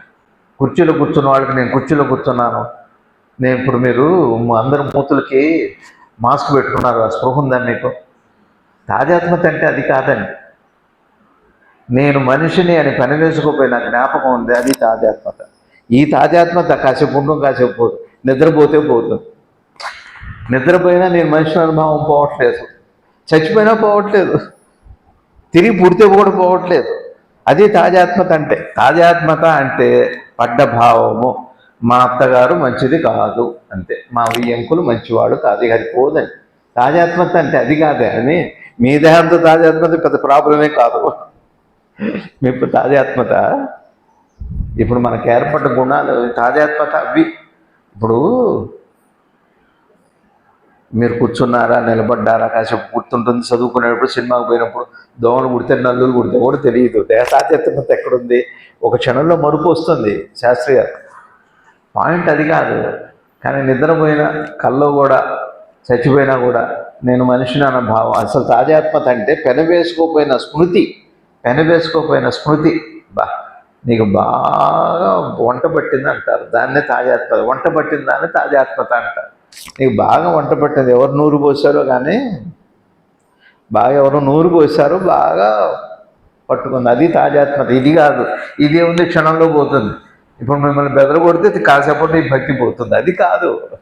ఈ తాజాత్మత చాలా చిన్నది. వీరనేది దేహ తాజాత్మ. ఆ జబ్బు మాత్రం పోవట్లే. ఏ జబ్బు? అపార్థం అనే జబ్బు. అర్థం చేసుకునే ప్రయత్నమే లేదు. మీకు అర్థమవుతుందా అండి? మేము కలిసే ఉంటున్నామండి ఒక ఇంట్లోనే, గురువుగారి మాట వినే వంట చేసుకుంటున్నారంటే మనకు తెలియట్లా. మా అత్తగారే చేసుకుంటున్నారండి, ఈడ్చుకుంటూ అట్టనే పాపం, చేతనైనా చేత కాకపోయినా. దుఃఖం వస్తుంది అది వింటే. ఎందుకని ఈ జబ్బు గురించి, ఏది వంట విడిగా పెట్టుకోవడం గురించి కాదు, మీరు అందులో పడారు, మళ్ళీ అది తాజాత్మత అవుతుంది. ఎందుకని దానిని గురించి రోజంతయు శ్రద్ధ చేయాలి. మేము మా ఇంటికి వెళ్ళి వస్తాం, మాకు తప్పట్లేదండి, మేము వెళ్ళాలండి, రోజంతా ఇదే కూడా మనకి. ఎప్పటికి పోవాలి జబ్బు? మీరు జబ్బుకి ఎంత కష్టపడుతున్నారండి? మందులు రోజు 3 పూట్ల 4 పూట్ల, అవసరమైతే గంట, అవసరమైతే ఐసీయూలో పెట్టి, ఏదో ఒక దేహంతో వచ్చిపోయే జబ్బుకి 24 గంటల కేర్ తీసుకుంటున్నారు. ఐసీయూ అని, ఇంటెన్సివ్ కేర్ యూనిట్ అని. మరి ఈ జబ్బు పోవటానికి మీరు ఎంత ధ్యాస పెట్టాలి? గురువు గారు అంటున్నారు, మీరు ధ్యానం చేయకపోయినా పర్లేదు, ధ్యాస పెట్టండి అంటున్నారు.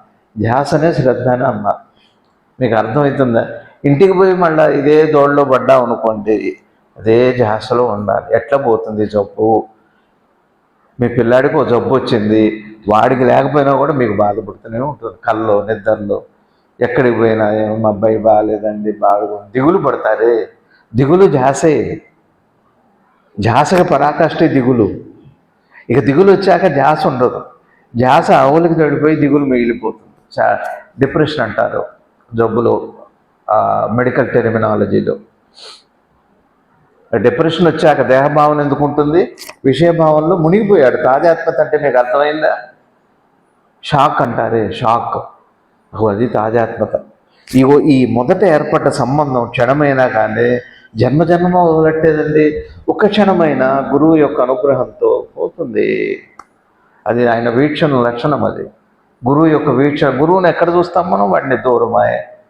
గురువులు ఎవరున్నారండి? మనకు అందరూ మనుషులే కదండి. గురువు ఎక్కడున్నాడు? ఇక్కడ దురదృష్టం. అది రోజంతే శ్రద్ధ తీసుకోండి అంటున్నారు. ఇప్పుడు ఇందాక ఒక మాట పాడారు, నీవు దీన్ని అర్థం చేసుకోనలేకపోవచ్చు, కానీ దీన్ని అర్థం చేసుకున్నట్టు చాలా దేనిని అంటే దేహ తాజాత్మత్వం అన్నది ఒక జబ్బు. దానిని గురించి రోజంతయు శ్రద్ధ తీసుకోవాలి. ఈ ఒక్కటే అండర్లైన్ చేయండి. పై దాని అందరికీ ఎసెన్స్ ఏమిటంటే, ఇది ఒక అరగంట వినేది కాదు. ఒక అరగంట జపం చేసుకున్నామండి, దీక్ష చేసామండి, దీక్ష లాభం. 24 గంటలు అదే స్పృహ ఉండాల్సిందే. ఏం అడ్డేం కాదండి. ఇప్పుడు ఇంట్లో పిల్లవాడికి ఒంట్లో బాగలేదు, లేదా ఇంట్లో అమ్మ నాన్నకి బాగలేదు, హాస్పిటల్లో ఉన్నారు, ఏ పని చేసినా అన్ని పనుల పట్ల ఆ ధ్యాసలో ఇది నేనెవరో జబ్బు పోగొట్టాలని ధ్యాసలో అన్ని పనులు చేసుకోలేము ఆయన. కానీ అదేంటో, అది ధ్యానం అంటే కష్టం, ధ్యాస తేలిక. ధ్యానం కష్టంగా. ధ్యానము అంటే అన్ని పక్కన పెట్టి చేయాలి. ధ్యాస అంటే అన్ని ఉండగా చేసే ధ్యాస. ఏ తేలిక అంటారు? శ్రీదేవి గారేగా. శ్రీదేవి గారు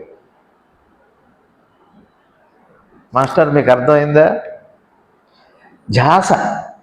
వయసు రాగానే చూడండి, ఏ అమ్మాయి కనపడుతుందా అని పొద్దున్న లేచి రాత్రి వరకు, మళ్ళీ పొద్దున్న లేచేంత వరకు లవ్ మీద పడ్డారు. లవ్ లవ్ లవ్ లవ్ అవన్నీ ధ్యాసలే. ధ్యానం ఏం చేయట్లా. ధ్యానం అని ఎందుకన్నారంటే, క్రియలో కనపడితే ధ్యానం అవుతుంది, మనసులో కనపడితే ధ్యాస అవుతుంది. ధ్యాసకి ధ్యానానికి తేడా. ధ్యానం కష్టం అందరికీ, ధ్యాస తేలిక. మరి ఏ పనిలో ఉన్నా దేవుడి మీద ధ్యాస పెట్టడం కష్టమేం కాదు. ఏం జబ్బు మీద పెట్టట్లేదా? డబ్బు మీద. గురువుగారు ఒక మంచి ఉదాహరణ చెప్పారు. మీకు ఇల్లు కట్టాలనుకున్నా అనుకోండి, మోడల్ కోసం చూస్తుంటారు. ఏంటికి పోయినా ముందు టైల్స్ చూస్తారు, ఆ పైన గోడ రంగు చూస్తారు. ఇది ఎక్కడ తెప్పించారు? ఇప్పుడు వాడి బుద్ధి తెచ్చుకోవాలి, వాడికి దేహదాజత్వత రావాలి, వాడికి పోయిన అహంకారం కూడా తిరిగి రావాల్సింది. ఎక్కడ ఉన్నవాడు ఒకవాడు మర్చిపోయినా కానీ వాడిని వదిలి లాక్కు రావాల్సింది. చూడాలనుంది, చూడాలను. ఈ వేళలో ఏం చేస్తున్నావో నీవు ఒక పాట, చూడాలనే ఉన్నది, పాడాలనే ఉన్నది. ఇదే గొడవ ధ్యాస. ధ్యాస అంటే మీకు అర్థమైంది. ధ్యాస చాలా గొప్పది. గురువుగారు ఒక అద్భుతమైన ఇది కాన్షియస్లో రాశారు, చదవండి. అది గురువుగారిది చిత్తం అనే పుస్తకం వచ్చింది, చదివితే బాగుంటుంది. ఇక్కడికి వెళ్ళి ఈ క్షణం తర్వాత వచ్చేది కాదు కాదు కాదు, కానేరదు. ఈ జబ్బు అంత తేలిగ్గా పోదు, జలిబే పోవట్లేదు, ఈ జబ్బు ఏం పోతుంది. నేను మనిషిని, దేహాన్ని అన్న దేహాత్మ భావన ఒక పెద్ద జబ్బు. క్యాన్సర్ కంటే ప్రమాదమైంది, వైరస్ కంటే ప్రమాదమైంది, కోవిడ్ కంటే ప్రమాదమైంది. కోవిడ్ మహా అయితే 24 గంటల్లో చంపేస్తుంది, కానీ మళ్ళీ పుడతాడు ఎక్కడో ఒక చోట. కానీ నేను దేహాత్మ భావన అనే జబ్బు జన్మల వెంటాడు. ఇప్పుడే పోగొట్టుకోవాలి, ఈ క్షణమే పోగొట్టుకోవాలి. కానీ ఈ క్షణమే పోవాలి అంటే 24 గంటలు ధ్యాసలో ఉండాలంటున్నారు ఆయన. ఎందులో కనినా మనలను మనము పోగొట్టుకున్నట్టుకు ఇష్టపడము కనుక, అంతే. మీరు ఎన్నన్నా చెప్పండి, తిరగండి, హాయిగా వయసు వచ్చింది, వానప్రస్థానం లేదా ఎట్లా.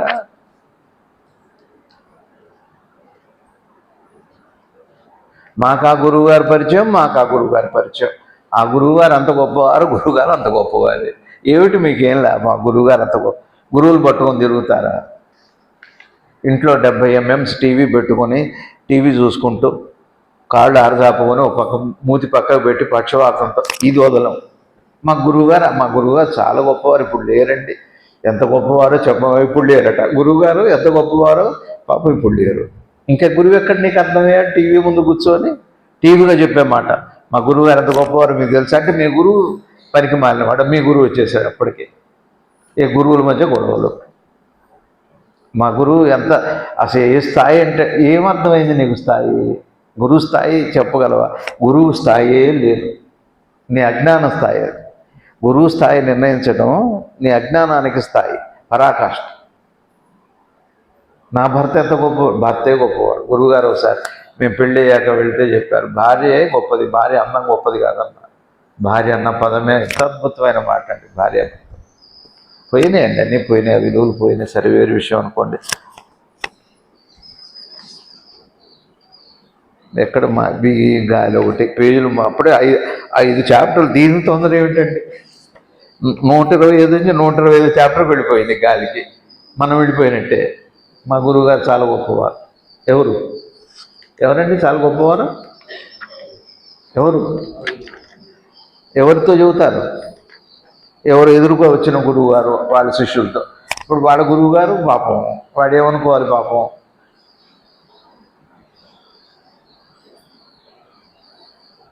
ఇదేం బయట జీవితంలో కాదండి, జీవితం కాదండి. ఈ జబ్బు పోదండి అంత తొందరగా. జబ్బు మీద ధ్యాస పెట్టి తలనొప్పి పోవాలని, తలనొప్పి అంటే ధ్యాస మారితే పోతుంది.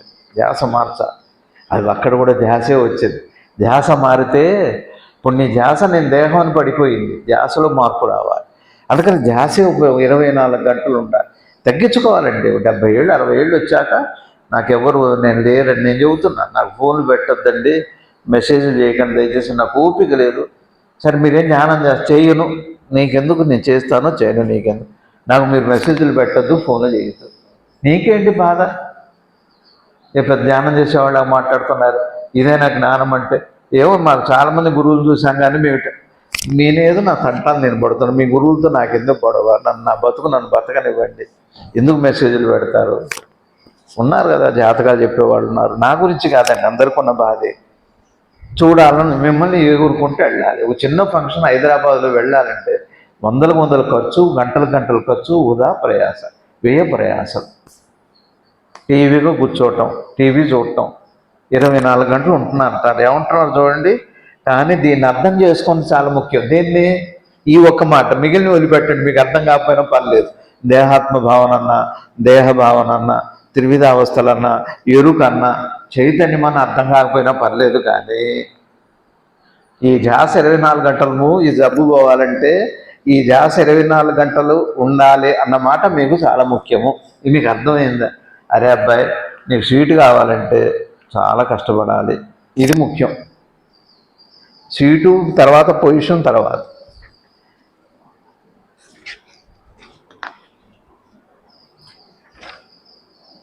ఎందుకు అనినా మనల్ని మనము పోగొట్టుకొనుట ఇష్టపడము కనుక. జబ్బుతో అయినా, పక్షవాతం వచ్చైనా సరే చివరికి కూడా బతకాలని అనిపిస్తుంది. ఈ దేహం పెరిగితే చీకిపోయిన బట్టలు కూడా మన మోడల్స్ వదిలిపెట్టవు. మనం ఎవరికి ఇవ్వం, మనం వాడుకో. ఇక మరి ఈ దేహ సంగతి చూడండి.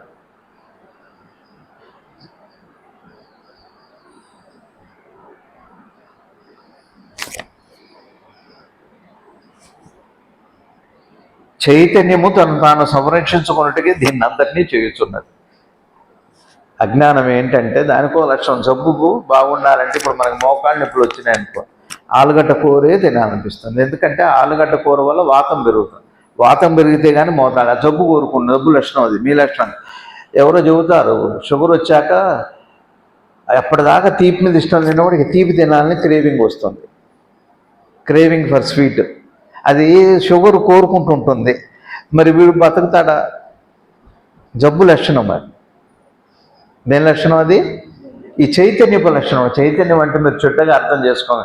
ఏమంటే చైతన్యమే దైవం అన్నారు కదా, మరి చైతన్యానికి ఈ లక్షణం ఏంటంటే, అంటే చైతన్యం అంటే అర్థం ఏంటి అంటే, మనకి నేను దేహం కాదు, నేను పరమాత్మనే అన్న భావం బదులు నేను దేహమే అన్న భావం చైతన్యం అంటే అది చైతన్యం, మార్పు చెందిన చైతన్యం, ఎరుకలో వచ్చిన మార్పు ఈ చైతన్యం. ఇప్పుడు అదే అంటారు ఇవాళ సమాజంలో సరైన చైతన్యం లేదంటారు. అంటే సరిగా ఉంటే కూడా చైతన్యమే, సరిగా లేకపోయినా చైతన్యం. ఏ స్పృహ అయితే మనకు ఉండాలో అది దాని బదులు నేను దేహము అన్నది, బంధుత్వాలు, బాధ్యతలు. అందుకనే పెద్దల దగ్గర ధర్మ సూక్ష్మాలు వినాలి, అడగాలి. ఏమన్నా నేను చేయమంటారు? నాకు 60 ఏళ్ళు వచ్చినాయి, నాకు 70 ఏళ్ళు వచ్చినాయి, రిటైర్ అయిపోయాను, పోనీ అవుతాను, అయ్యాక ఏం చేయమంటారు? పోనీ ఇప్పుడు మేము ఉన్నాం, మాకు సంసారం ఉంది, మేము పిల్లలు, మమ్మల్ని ఏం చేయమంటారు? ఉన్నాయి మార్గాలు ఉన్నాయి, దాన్ని ఎవరికి ఏం చెప్పాలో అది ఉంది. అడగాలిగా, వాళ్ళ దగ్గరికి వెళ్ళి అడగాలిగా. మాకేముంటుంది, 80 ఏళ్ళ వాడికి జ్యోతిష్యం కావాలి. చూడండి, గంభీరమైన కాలం. ఇప్పుడు జపాన్లో గందరగోళంగా పెద్ద సునామీ, అగ్నిపర్వతం అంటున్నారు. 5వ తారీఖు అయిపోయింది, ఏం అవ్వలేదు కానీ అయినంత పని అవుతుంది. ఇంకా 9 ఉంది, ఇంకా 9వ తారీఖు ఉంది, అప్పుడే అవ్వలేదు. ఇంకా జూలై నెలలో ఇంకా 20వ తారీఖు ఉంది, ఆగస్టు ఉంది, 15 ఉంది, ఆగస్టు 25 ఉంది, సెప్టెంబర్ ఉంది, ఇప్పుడు ఇండియాకు ఉంది, అందరికీ ఉంది. డేట్లు అవ్వలేదంటే అట్లయితే రోజులు ఉన్నాయిగా. ఒక రోజు అయిపోయినంత మాత్రం రోజులు ఇవ్వలేం కదా. మనకు ఓ జబ్బు తగ్గినా అసలు జబ్బు పోలేదు కదా. నేను మనిషిని అన్న జబ్బు, అబ్బో, అది చైతన్యం కాపాడుకుంటుంది. అంటే మన చైతన్యం అంటే ఇక్కడ చూడండి, దేహభావన, ఈ అరిషద్వర్గాలు, ఇదేం చేస్తుంటే వదలనివ్వదు.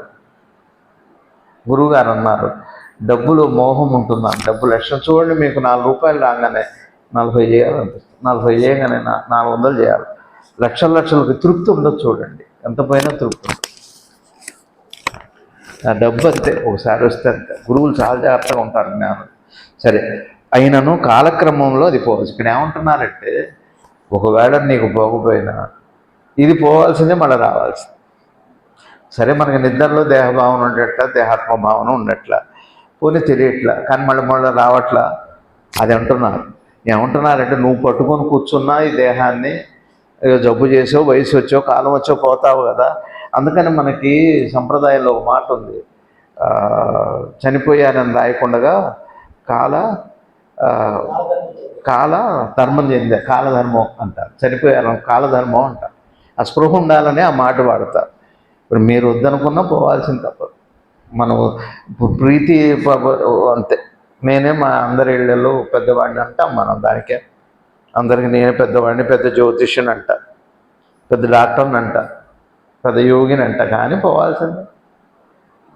చైతన్యం ఎంత చేసినా, చైతన్యం కూడా చూడండి, పొద్దున ఇంతమంది తిప్పుతుంది, సంపాదింపజేస్తుంది, బాధపడుతుంది, అంత రాత్రి అయ్యేటప్పుడు పోతుంది.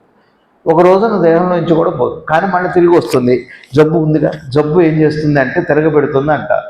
క్యాన్సర్లో మెటాస్టాటిస్ అని జబ్బు, క్యాన్సర్ వస్తే ముందు కనుక్కోలేదు, అందుకని పెట్ స్కాన్ చేస్తారు. పెట్ స్కాన్ చేసినప్పుడు ఎక్కడన్నా ఉందా, ఎక్కడన్నా ఆర్గాన్లో ఉందా అని చూస్తారు. చూసి అక్కడ ట్రీట్మెంట్ ఇస్తారు. అంతా అయిపోయాక అది ఎక్కడన్నా అక్కడే ఉందా, ఇంకా అది ఎక్కడన్నా వేరు పారుతుందా అని. ఇప్పుడు సపోజు ఏదో చెస్ట్లో బ్రెస్ట్ క్యాన్సర్ వస్తుందను, బ్రెస్ట్ క్యాన్సర్ అని ఆగడు డాక్టరు. ఇంకా దీని మూలాలు ఎక్కడన్నా ఉన్నాయి కాదు, లివర్లో ఉండొచ్చు, కిడ్నీలో ఉండొచ్చు, స్కిన్లో ఉండొచ్చు, బ్రెయిన్లో ఉండొచ్చు, మూలాలు ఎక్కడో ఉంటాయి. అది పాకుతుంది, అది ప్రమాదం. హోమియోలో ఉంటాయి, అన్నీ ఇంగ్లీష్లో కూడా ఉన్నాయి, గుర్తుపెట్టుకోండి. కాబట్టి ఆ జబ్బు ఏం చేస్తుంది, క్యాన్సర్ ఏం చేస్తుంది అంటే తగ్గింది అనుకోవటానికి తిరగబెడుతుంది. టైఫాయిడ్ కూడా చూడండి, అందుకని రెస్ట్ తీసుకోవాలంటారు 3 నెలలు, తిరగబెడుతుందండి. లేదా ఆ టైంలో ఒకవేళ మీరు, అందుకని ఆడవాళ్ళు పాపం పూర్వకాలంలో ఎవరికైనా టైఫాయిడ్ వస్తే చేసేవాళ్ళు ఉన్నారు. ఇప్పుడు ఎవరున్నారు, ముసలివాళ్ళు పాపం. అందరూ ఉండి లేని వాళ్ళు అండి, బాగా. ఇప్పుడే అన్నీ ఉండి లేని వాళ్ళం, దేహస్పృహ ఉండి అన్ని పోయిన వాళ్ళం. అది ఇదొకటి కాలక్రమంలో పోవాల్సిన కాదా. ఇప్పుడు మనం ఇవాళ కూర్చొని మాట్లాడుతున్నాం, ఓ 10 ఏళ్ళకో ఈ దేహం కనపడదు. ఇప్పుడు ఇక్కడ కూర్చున్న వాళ్ళు ఇంకా ఒక 5 ఏళ్లలో బయట కూర్చుంటారు కుర్చీల్లో. ఆ తర్వాత ఏమో వస్తాడో రారో. ఇప్పటికే చాలా తగ్గిపోతాం. ఎవరితో ఏవే సంబంధాలు లేండి, కానీ అయినను కాలక్రమంలో అది పోవాల్సిందే. నువ్వు వదలకపోయినా పోవాల్సిందే బాబు. ఈ జబ్బు యొక్క అనుభవం పోకూడదు అని నిన్ను నువ్వు చాలా జాగ్రత్తగా కనిపెట్టాలి. మనం రోజు ఎంత కృషి చేస్తామంటే ఈ దేహం మీద, ఈ జబ్బు మీద ఎంత ధ్యాస పెడతామంటే, దేవుడి మీద ధ్యాస కంటే జబ్బు మీద ధ్యాస ఎక్కువైపోయింది కాదు. డబ్బు మీద ధ్యాస ఎక్కువ, వాడికి ఎప్పుడు డబ్బు మీద ధ్యాస రాక, ఇక డబ్బు మీద ధ్యాస వచ్చాక ఇక తనాలేదు మనాలేదు. మనం ఎవరినైనా చంపేస్తున్నారు ఇవాళ. అది ఈ మధ్య ఎలర్ట్ చేస్తున్నారు, పెళ్లి చేసుకొని ఇటు వెళ్ళకండి చంపేస్తారు, వాడిపో జాగ్రత్త, ఏమో ఇప్పుడేమో అవుతుందో అంటున్నారు. చాలా ప్రమాదంగా ఉంది. తర్వాత మీ ఇష్టం. ఇప్పుడు మనం ఈ జబ్బు పోకూడదని చాలా కష్టపడుతున్నాం అన్నమాట. వస్తాం, సత్సంగాలు వింటాం, రోజుల్లో ఏవో చేస్తాం, మొత్తానికి ధ్యానం చేస్తాం, అవన్నీ చేస్తాం, కానీ జబ్బు పోవడానికి ఇష్టం. ధ్యానం కూడా జబ్బులో భాగం తెలుస్తుంది కొన్నాళ్ళు. అంటే నేను ధ్యానాన్ని విమర్శించడం అదో గొడవ. ఈ జబ్బుతో చేసే ధ్యానం జబ్బులో భాగమే అవుతుంది అంటున్నా. మీకు అర్థమవుతుందండి? ఇప్పుడు చూడండి, మన కామెళ్ళు వస్తాయి, అప్పుడే నెయ్యి వేసుకొని అనిపిస్తుంది. అది కామెళ్ళ లక్షణం, జబ్బులో భాగం అది. అట్లానే ఇప్పుడు మనం ఈ ధ్యానం చేసి ఇది జబ్బుతో అది ఒకటి ఉంది, చూడాలి, జాగ్రత్త చూస్తే కానీ తెలియదు అది జబ్బు లక్షణమా లేకపోతే సహజ లక్షణమా. అదే పెద్దలు కృష్ణమూర్తి గారు భగవాన్ ఏం చెబుతారంటే, ధ్యానం సహజ లక్షణమా జబ్బు లక్షణం ఒకసారి చూడండి అంటున్నారు. దాన్ని విచారం అంటారు. ధ్యానము సహజ లక్షణమా జబ్బు లక్షణమా? ఒకవేళ జబ్బు లక్షణమే అయితే వదిలించుకో. అర్థమవుతుందా? నాకు ఆకలి కావట్లేదు అంటే ఎందుకో చూపెట్టుకో, అది ఏంటో అసలు అనారోగ్యం ఏంటది. కనుక అది ముగిసిపోవును. పరమాత్మ అసలైన నిజస్థితి అది తెలియబడదు. తెలిసినట్టది తెలియబడినట్టు దాన్ని ప్రభావితము చేయలేదు. ఎంత బాగా చెబుతున్నారు చూడండి. ఏమంటున్నారు? కనుక అది ముగిసిపోవును. పరమాత్మ అసలైన నిజస్థితి అది తెలియబడదు. తెలియబడదు అంటే ఎందుకు తెలుసుకోవటం ఎందుకు? ఇక తెలియదు, దేవుడు కనపడ్డు, దేవుడు అనేవాడు లేడు అని అన్నాక ఎందుకండి గొడవ? అది తెలియబడదు అంటే అర్థం ఏంటంటే దీట్లా ఈ జబ్బుతో అయితే మీరు ఏం చేసినా తెలియబడదు, ఎన్ని జన్మలైనా తెలియబడదు అని దాని అర్థం. కృష్ణమూర్తి గారు అట్ట చెబితేనే ఆయన లేడన్నాడు కాదు, ఈ జబ్బుతో తెలియదు, ఈ ఈ వ్యవహారాలతో తెలిసేది కాదులే. ఇప్పుడు అందుకనే బాగా మన ఇళ్లలో ఆవేశంలో ఉంటే కొద్దిగా మీరు ఆవేశం కాస్త బయట 4 అడుగులు వేసిరండి అంట, కాస్త వీళ్ళకి సముదాయించండి అంటారు. అప్పుడు మళ్ళీ మాట్లాడతారు, కాసేపు కొద్దిగా విరామం ఇస్తారు, టీ బ్రేక్. కొంచెం టీ బ్రేక్ ఇస్తే ఆ టీలో కాస్త కొద్దిగా ఇంకా ఆవేశం పెరుగుతుంది. ఎందుకండి టీ ఏం లేనప్పుడు ఈ మర్యాద, ఈ మర్యాదతో అన్నా కనీసం ఆవేశం తగ్గి కాస్త సొద్దుమడిగి ఒక రాజీ కుదురుతుందేమో, అది కూడా కోపమే. ఏం లేదు కానీ మర్యాదలు చేస్తున్నా, 10 మర్యాదలు చేసు. మనకు అన్ని బాధలే, కనీసం డైవర్ట్ అయినా కనీసం అది సద్దుమణుగుతుంది. అట్లానే ఈ జబ్బుతో భగవంతుడు అయితే తెలియబడ్డాడు. ఎందుకంటే బలపరుచుకుంటున్నాగా జబ్బు ముదిరిపోయిందండి. ఎందుకు? జ్వరం వస్తేనే రుచి తెలియట్లేదు, నోరు రుచి తెలియదు. జ్వరం వస్తే వేడి చేస్తే ఎందుకు బాగా లోపల పైత్యం పెరిగితే కూడా రుచి తెలియదు, అంత పుల్లగానే ఉంటుంది. మీరు స్వీట్ తిన్నా పుల్లగానే ఉంటారు. ఇంకా భగవంతుడు ఎప్పుడు తెలియాలి? దీని లక్షణం ఇది. అంటే చైతన్యం అనే మాటకు అర్థం ఏంటంటే, దేహము మనసు ఉంది కదా, మనసుకి ఒక గ్రహింపు ఉందా, మనసుకు ఒక అనుభవం ఉందా, మనసుకు ఒక అనుభూతి ఉంది కదా. మనసు అంటేనే 3 అని, అనుభవము, గ్రహింపు, అనుభూతి కలిపితే మనసు అంటాం. ఇప్పుడు ఇది జబ్బుతో ఉన్నప్పుడు ఇక మీరు చూడండి ఏం తెలుస్తుందో.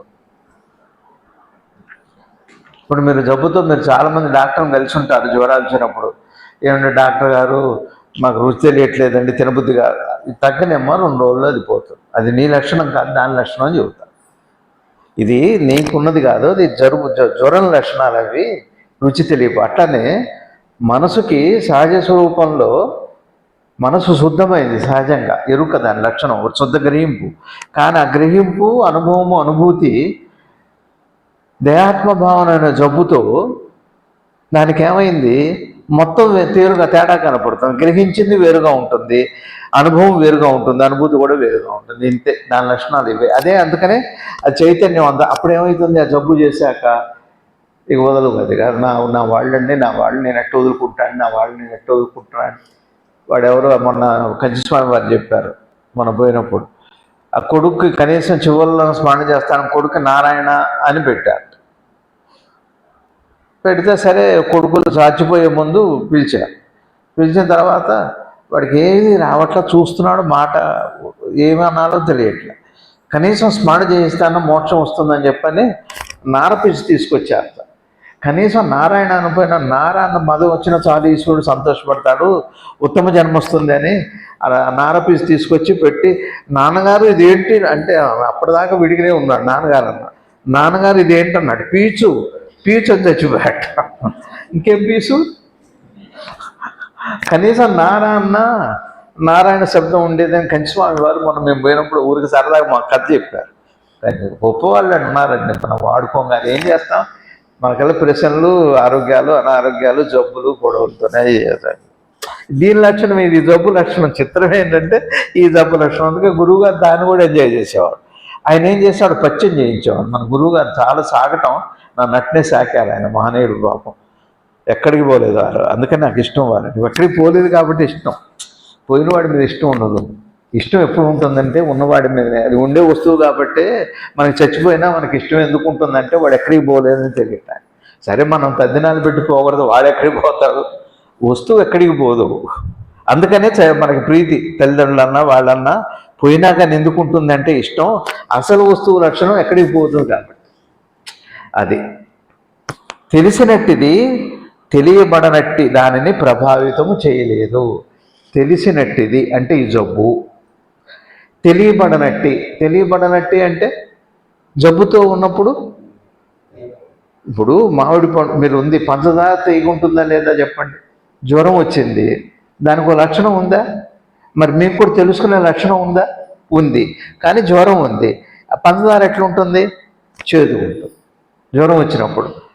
తెలిసినట్టిది తెలియబడనట్టు అంటే మనకి దేహాత్మ భావన అనే జబ్బు ఉన్నప్పుడు దైవం నువ్వే అయినప్పటికీ, ఒకవేళ నీలో ఉన్నప్పటికీ కూడా, నీ ఎదురుగా ఉన్నప్పటికీ కూడా ఎప్పటికీ తెలియబడదు ఈ జబ్బు లక్షణం. అదే అని తెలుసుకోండి దయచేసి. ఇది తెలియాలి అంటే కేవలం నిమిషానికి, అర నిమిషానికి, వారంలో, నెల రోజుల్లో ఒక 2 రోజులు కేటాయిస్తే వచ్చేది కాదు. మీరు ఇంటికి పోయాక కూడా ఇదే స్పృహ ఉండండి. ధ్యాస పోయే తప్పే, జపం చేయక్కర్లా. ఈ జబ్బు ఎలా పోతుందని పెట్టుకోండి. ఏం ఉండట్లేదా? ఈ దరిద్రం ఎలా పోతుందండి, ఏంటి మాకు ఈ కష్టాలు ఎలా పోతాయి అని అంటల్లా. అనే పనులు ఆపుతున్నారా, వంట ఆపుతున్నారా, టీ పెట్టుకోవడం ఆపుతున్నారా, అప్పు చేసి కూడా కాఫీ తాగుతూనే ఉన్నాం కదా. ఏం ధ్యాసకి ఏం కష్టం? ధ్యానం కష్టం. అదేంటండి ఇన్ని కష్టాలు మనం ధ్యానం చేయమని చేయలేరు ఎవరు. అందుకనే ధ్యానం వద్దంటారు పెద్దలు. జబ్బుతో చేసే ధ్యానం కూడా ఫలాన్ని ఇవ్వదండి. ధ్యాసతో చేసే ధ్యానం మీకు అత్యుత్తమైన. ధ్యాస అంటే ఏంటి? నేను దేహభావన అనే ధ్యాస వచ్చేసింది, పోదు ఇప్పుడు.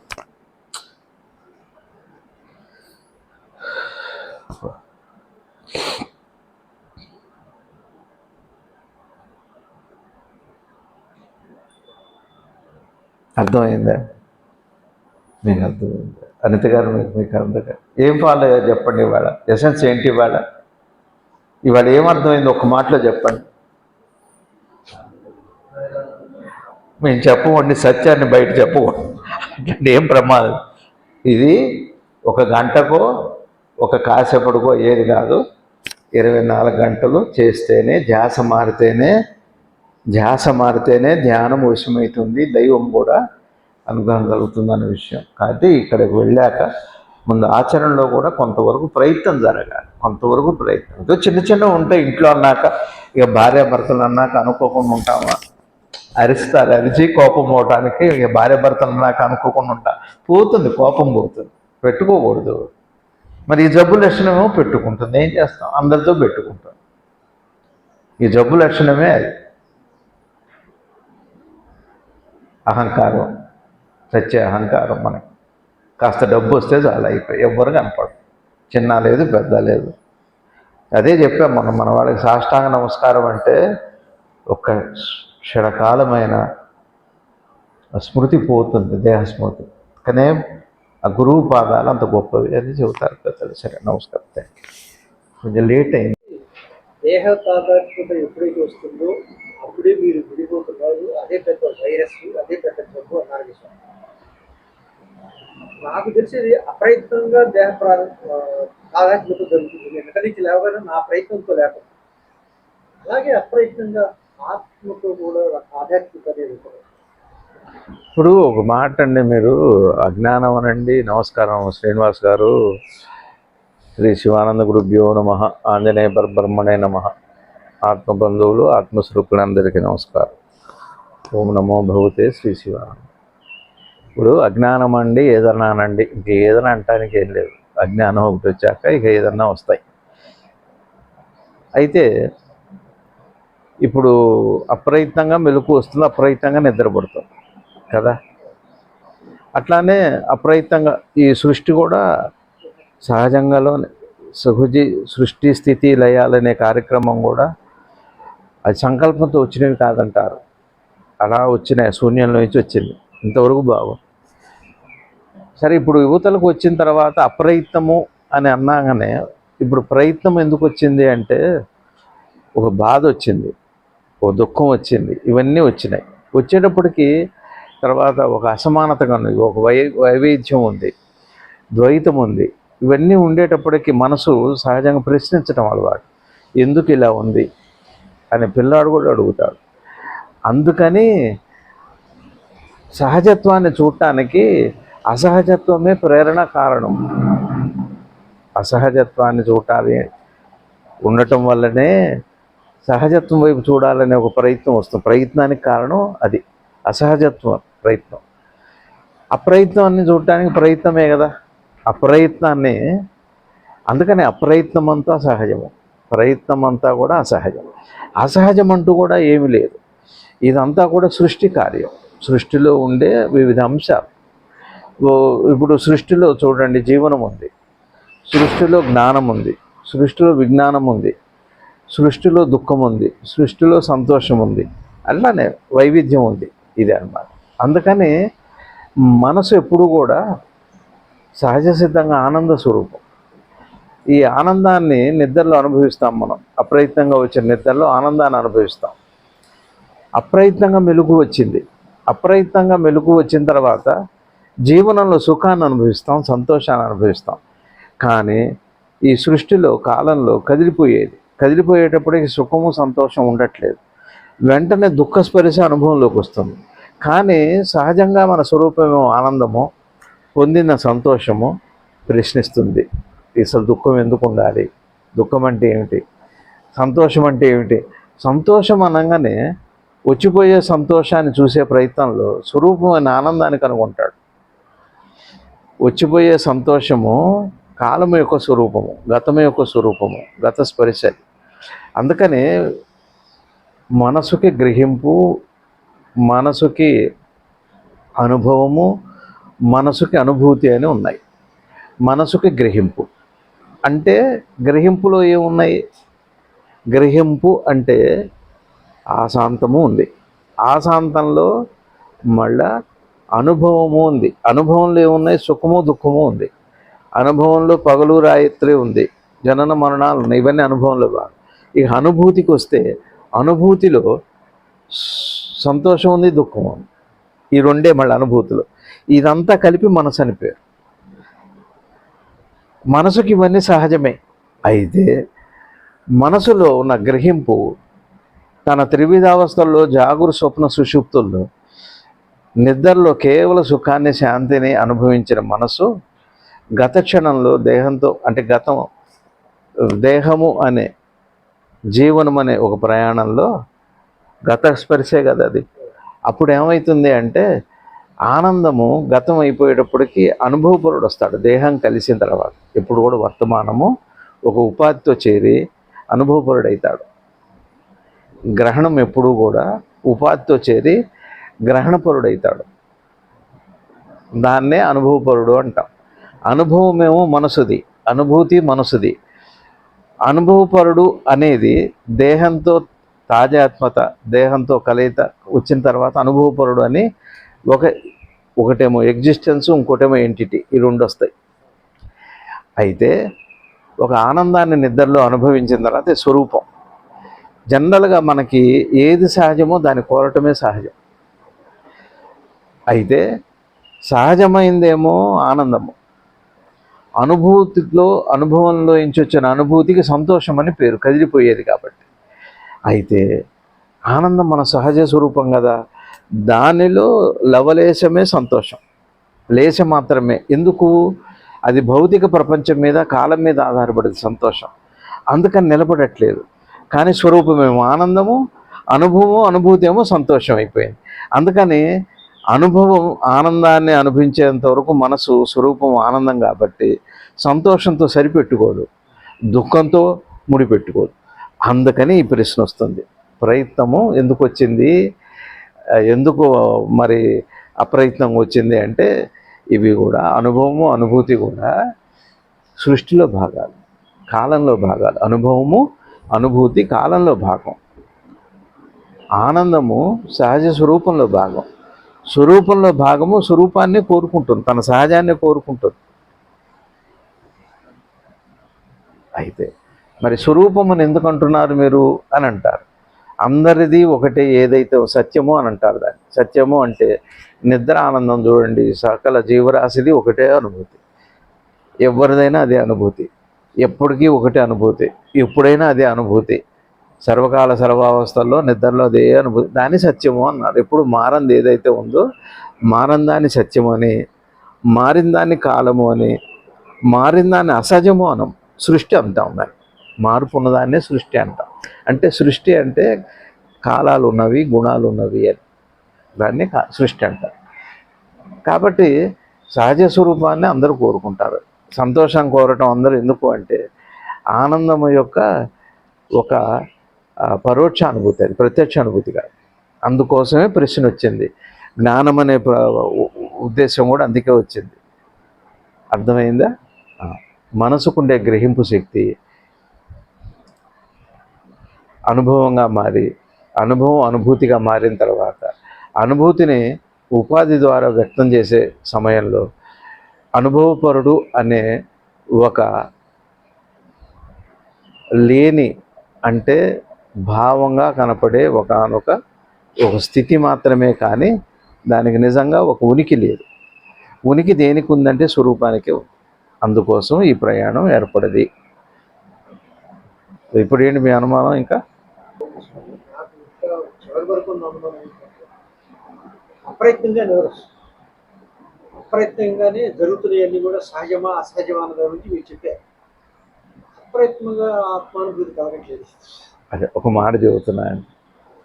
ఇప్పుడు మీకు మెలకు అప్రయత్నంగానే వచ్చిందిగా, ఎరుక అప్రయత్నంగానే ఉందిగా, ఎరుగుబడింది కూడా అప్రయత్నంగానే ఉందిగా. మరి ప్రత్యేకంగా తెలుసుకోవాలని ఎందుకంటున్నారు? అది నేర్చుకోవాలి, ఇది నేర్చుకోవాలి, ఇది పొందాలి, అది పొందాలని ఎందుకంటున్నారు? ఎదురుగా ఉంది కదా, అది ఎదలో లేనిది ఎదురుగా ఉంది. ఎదురుగా ఉండేటప్పటికి అది వేరుగా ఉంది. వేరుగా ఉండేటప్పటికి ఈ సహజమే ప్రయత్నం చేస్తాం. ఇప్పుడు ఇక్కడ మీ సమస్యకి కారణం ఏమిటి, మీ ప్రశ్నకి అంటే, సహజంలోనే సృష్టిక్రియలో అసహజమైంది ఏర్పడింది. సహజమైన దాంట్లోనే, సహజమైన సత్య వస్తువులోనే సృష్టి పరిణామంలో అసహజమైన ఒక ప్రక్రియ ఏర్పడింది మాత్రమే. ఏర్పడింది అంటే శాశ్వతంగా కాదు, కాలంతో పాటు మారిపోయేదే. కానీ కాలంతో మారిపోయిన దాన్ని ఎరుకతో దాన్ని గ్రహించి బయటపడవచ్చు. అది ఇప్పుడు మీకు అర్థమైందని అనుకుంటారు. సహజమైన దానికి అసహజమైంది వచ్చింది, అసహజమైన దాన్ని వచ్చిన దాన్ని ఇప్పుడు చూడండి. మీది సహజం ఆరోగ్యం, అనారోగ్యం ఒక పరిణామంలో కలయికలో వచ్చింది. మీరు ఒప్పుకోరుగా. దేనికి వచ్చింది అనారోగ్యం? ఆరోగ్యానికే అనారోగ్యం వచ్చింది. మరి ఆరోగ్యం వస్తుందా, అనారోగ్యం పోతుందా అంటే, ఆరోగ్యం రాలేదు, పోలేదు. అనారోగ్యంగా కనపడింది పోయింది. ఎక్కడికి పోయింది అంటే, ఆరోగ్యం వచ్చి ఉన్నదేదో ఉంది. అది సహజమే అసహజమైంది. ఆరోగ్యం అనారోగ్యంగా మారింది. అనారోగ్యంగా మారిన తర్వాత సహజమైన ఆరోగ్యంగా ఉండాలని కోరుకోవటం అసహజమా? ఆరోగ్యము సహజం కదా. అనారోగ్యం పోవాలనుకోవటం అసహజమా సహజమా? అసహజమైన సహజం అది, సహజమైన అసహజం. ఇంతే మీ ప్రశ్నకి సమాధానం. తీరిందా అనుమానం? నా మాట బాగుండవచ్చు, వివరణ చాలా సామ్యంగా ఉండాలి, సరిపోవాలి. ముందు కనీసం మాట ఈ అర్థమైతే చాలు. మాట ఎప్పుడు కూడా అర్థం కాదండి. అది ఎట్లాంటిదంటే కవర్తో ఉన్న చాక్లెట్ తింటం లాంటిది భాష. మీరు అందులో ఉన్న వాస్తవాన్ని గుర్తుపెడితేనే చాలు. ఇప్పుడు కూడా సహజానికేమో గుర్తుపెడితే సరిపోతుంది, అసహజాన్ని ఏమో అనుభవిస్తే కానీ సరిపోతుంది. అసహజాన్ని అనుభవించాలి భౌతికంగా, సహజాన్ని కేవలం గమనించి గుర్తుపడితే చాలు. ఇంతే ఆధ్యాత్మికత అంటే. అందులో ఉన్న సహజాన్ని అవగాహన చేసుకోవటమే ఆధ్యాత్మికత. ప్రతి జీవనంలో ప్రతిదాన్ని మీరు అవగాహన చేసుకోవచ్చు. అట్లాంటి ప్రకృతిలో ఉన్న నియమమే అనుగ్రహము, గురువు అని పేరు, దైవం అని పేరు. దైవము అంటే అనుగ్రహం అంటే ఆ వసతి, వనరు. ఇంకా అరవిందని వాసన ఆ, అసహజంగా ఉన్నదానికి పుట్టిందే ప్రశ్న. ఆ ప్రశ్న సహజమైన దానికి ఎలా వెళ్తున్నారు? సహజంలోనే వచ్చింది కదా అది. ఎందుకు ఈ ప్రశ్న వచ్చింది అంటే సహజమే అంటారుగా. ప్రశ్న సహజమే అయినప్పుడు సమాధానం కూడా సహజంలో భాగమే అయింది కదా. సహజంలోంచే ప్రశ్న వచ్చింది కాబట్టి, సహజంలో ప్రశ్న వచ్చింది కాబట్టి సమాధానం కూడా సహజంకు సహజమే, సమాధానం సహజమవుతుంది. ఒకవేళ సహజంలో ప్రశ్న లేకపోతే ఎప్పటికీ ఆ సమాధానం దొరకంది. అది ఎండమావి లాంటిదే అది.